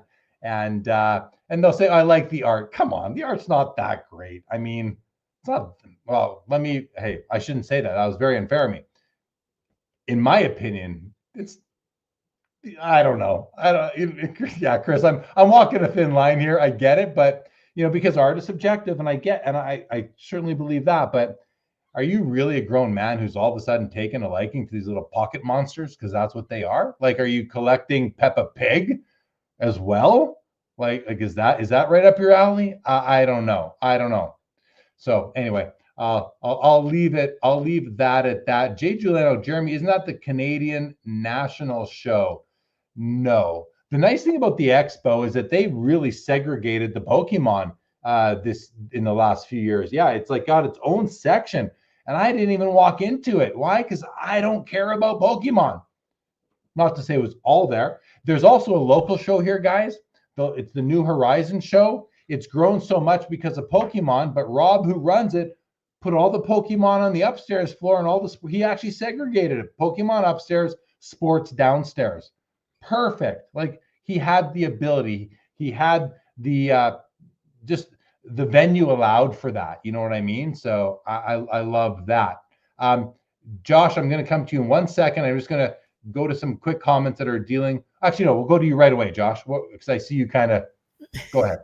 Well, this idea that, should Pokemon be at sport card shows? If that's what everyone loves talking about the free market in this hobby until the free market produces results that they're uncomfortable with. Pokemon's hot, and like every local show that I'm at, it's like 50% are Pokemon dealers, and they're doing great. I know a couple of guys in our chat that are making hand over fist on Pokemon, and Chris's numbers, numbers don't lie. So it's up, 45% for the year that's incredible. So I think if it's 75% of the national, that means that more people want them. If people didn't want it, they wouldn't be setting up. So I'm all right. for free market, but I don't have to go to it if I need to spend 3/4 of my time walking past things I'm not interested in. You know what I mean? I don't think we're going to get there. I think it's the National Sports Collectors Convention. It's not just cards. It's not just sports cards. It's a lot of other things too. But all I'm saying is, if it gets there, I don't know that I mean, unless for like content purposes, what I do in the hobby, maybe I would to go to some extracurricular events and like non-show hour events. But otherwise, if a show that I go to becomes dominated by Pokemon, I'm probably not going to go out of my way to go to the show anymore. Why would I? I don't go to pin conferences. I don't go to coin conferences. Why would I go to a Pokemon conference? Yeah, no, I'm with you. Yeah.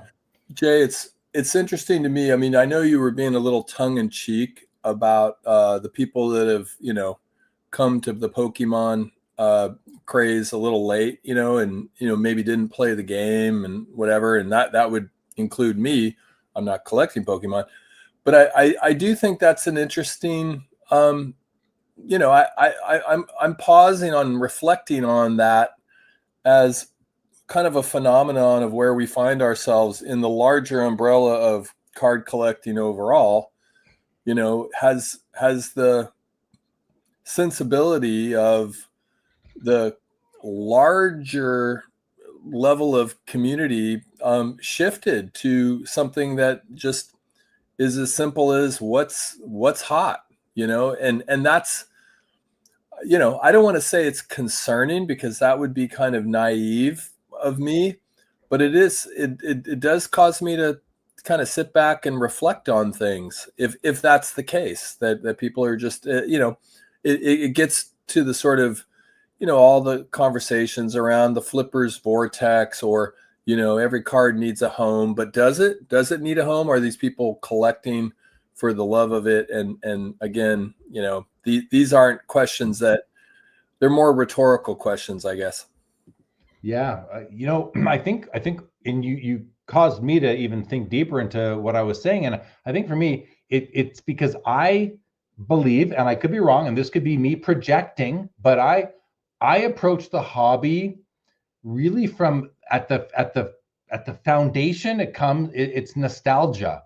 That's what it is for me. It's nostalgia and a love of watching sports and growing up watching sports. It's so much so for me, the nostalgia has overridden the sports themselves. Like, I like the hobby more than I like the sports that underlie them. I like the sports, but I love the hobby is so it's my lifestyle. So in nostalgia. So I I gave Pokemon a chance a few years ago, but it had no lasting power. Why? Because I have no nostalgia for it. So you don't have, so when grown men go towards Pokemon now, and I think a lot of people are looking for a way to justify it to themselves why they're collecting it.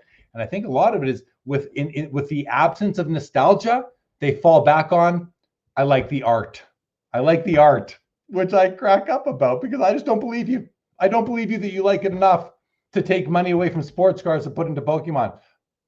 And that's, there we go. We're into the hot take section of the show here, where I say things that I might regret or not agree with later. I'm also like Joe, I'm also willing to be pushed back against, convince me otherwise. I'm just coming up with some of this now, so I'm willing to be converted if I can be. And I'm sure there are people who legitimately love the stuff, love the Pokemon. They didn't grow up on it. They discovered it at the age of 35 or 45 or 55, and they fell in love with that art. No, I don't believe that. I'm kidding. I don't believe it. I just don't.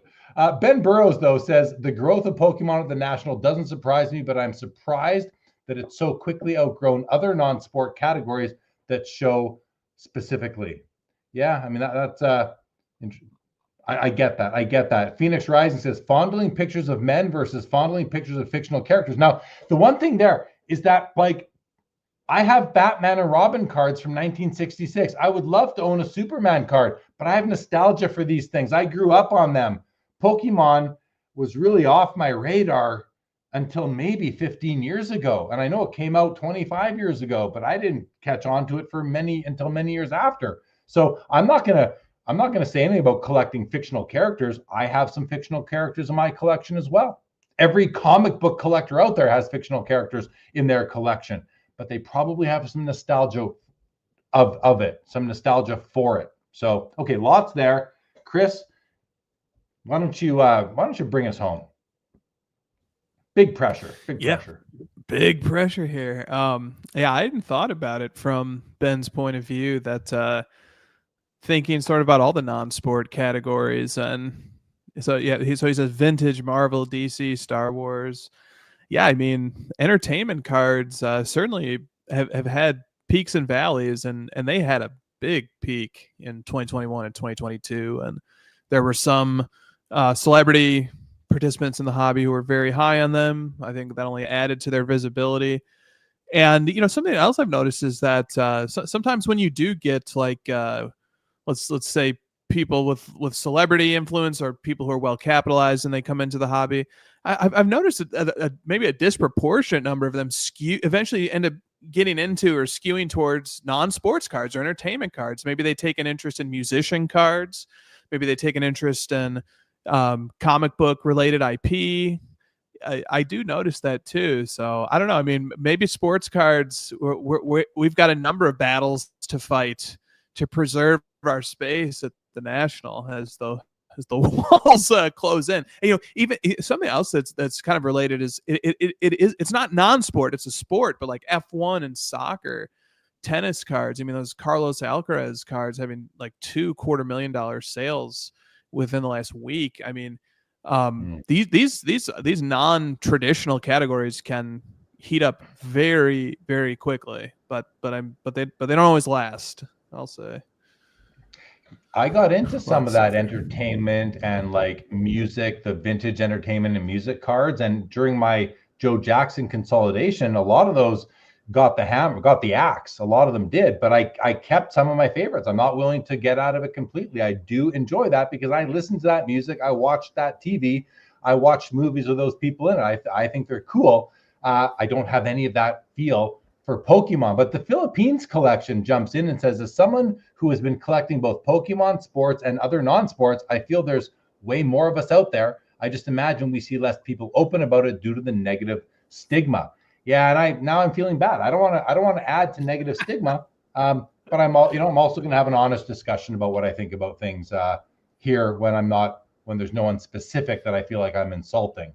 So Jeremy says, Joe, sit back and please pop some more popcorn, man. I think some people just want to, we're 3 hours and 40 minutes in. This is a very long episode of Sports Cards Live, but it's going to definitely populate the podcast version. Shout out to all the podcast listeners out there. And if you are thinking about leaving here, guys, hit that like button on the way out. Greatly appreciate that. What else, guys? I'll be on tomorrow night for the Fanatics Collect weekly multi-sport auction, covering a bunch of the cards going off tomorrow, starting at 6:30 Pacific, 9:30 Eastern. Yeah, I mean, hey, we can wrap this up though, guys. We're still going. Anyone have any? Let's go around the horn. Final thoughts on anything tonight, guys. We'll end with you, Joe. Let's start with you, Joshua Adams. Sorry, I was muted. Yeah, I like the MD guy talking about, addiction and, be careful and just, watch yourself, police yourself. Don't let this hobby get out of hand and it's no longer a hobby. And if it stops becoming fun, you should just stop doing it. That's a good point.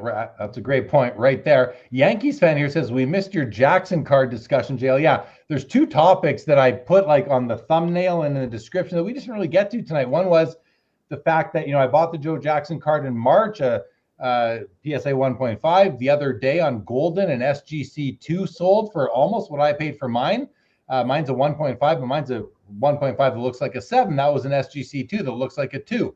And just why did that card sell for so close to what mine did when mine is clearly a lot nicer? Is it because he's Hall of Fame eligible? I was just going to show those, but we don't need to get into that. That's a very me-focused thing. So we can leave that off, but we could have made it hobby relevant as well. And we were also going to talk more about, what are your hobby rules, your own hobby policies? I think we touched on it earlier, but we didn't really get into that much.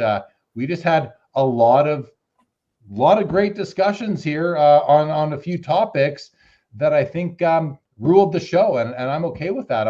Maybe I'll update the thumbnail in the next day or two to be more accurate for what we did talk about. But thank you, Yankees fan, for pointing that out. Laura says, starting July off with a bang. Thanks, Jeremy and guest. Thank you very much, Laura. Jeremy says, I've enjoyed this not the norm topics, guys. Thank you for the entertainment. Thank you, Jeremy, for joining the chat. Thank you, Texas Rangers PC.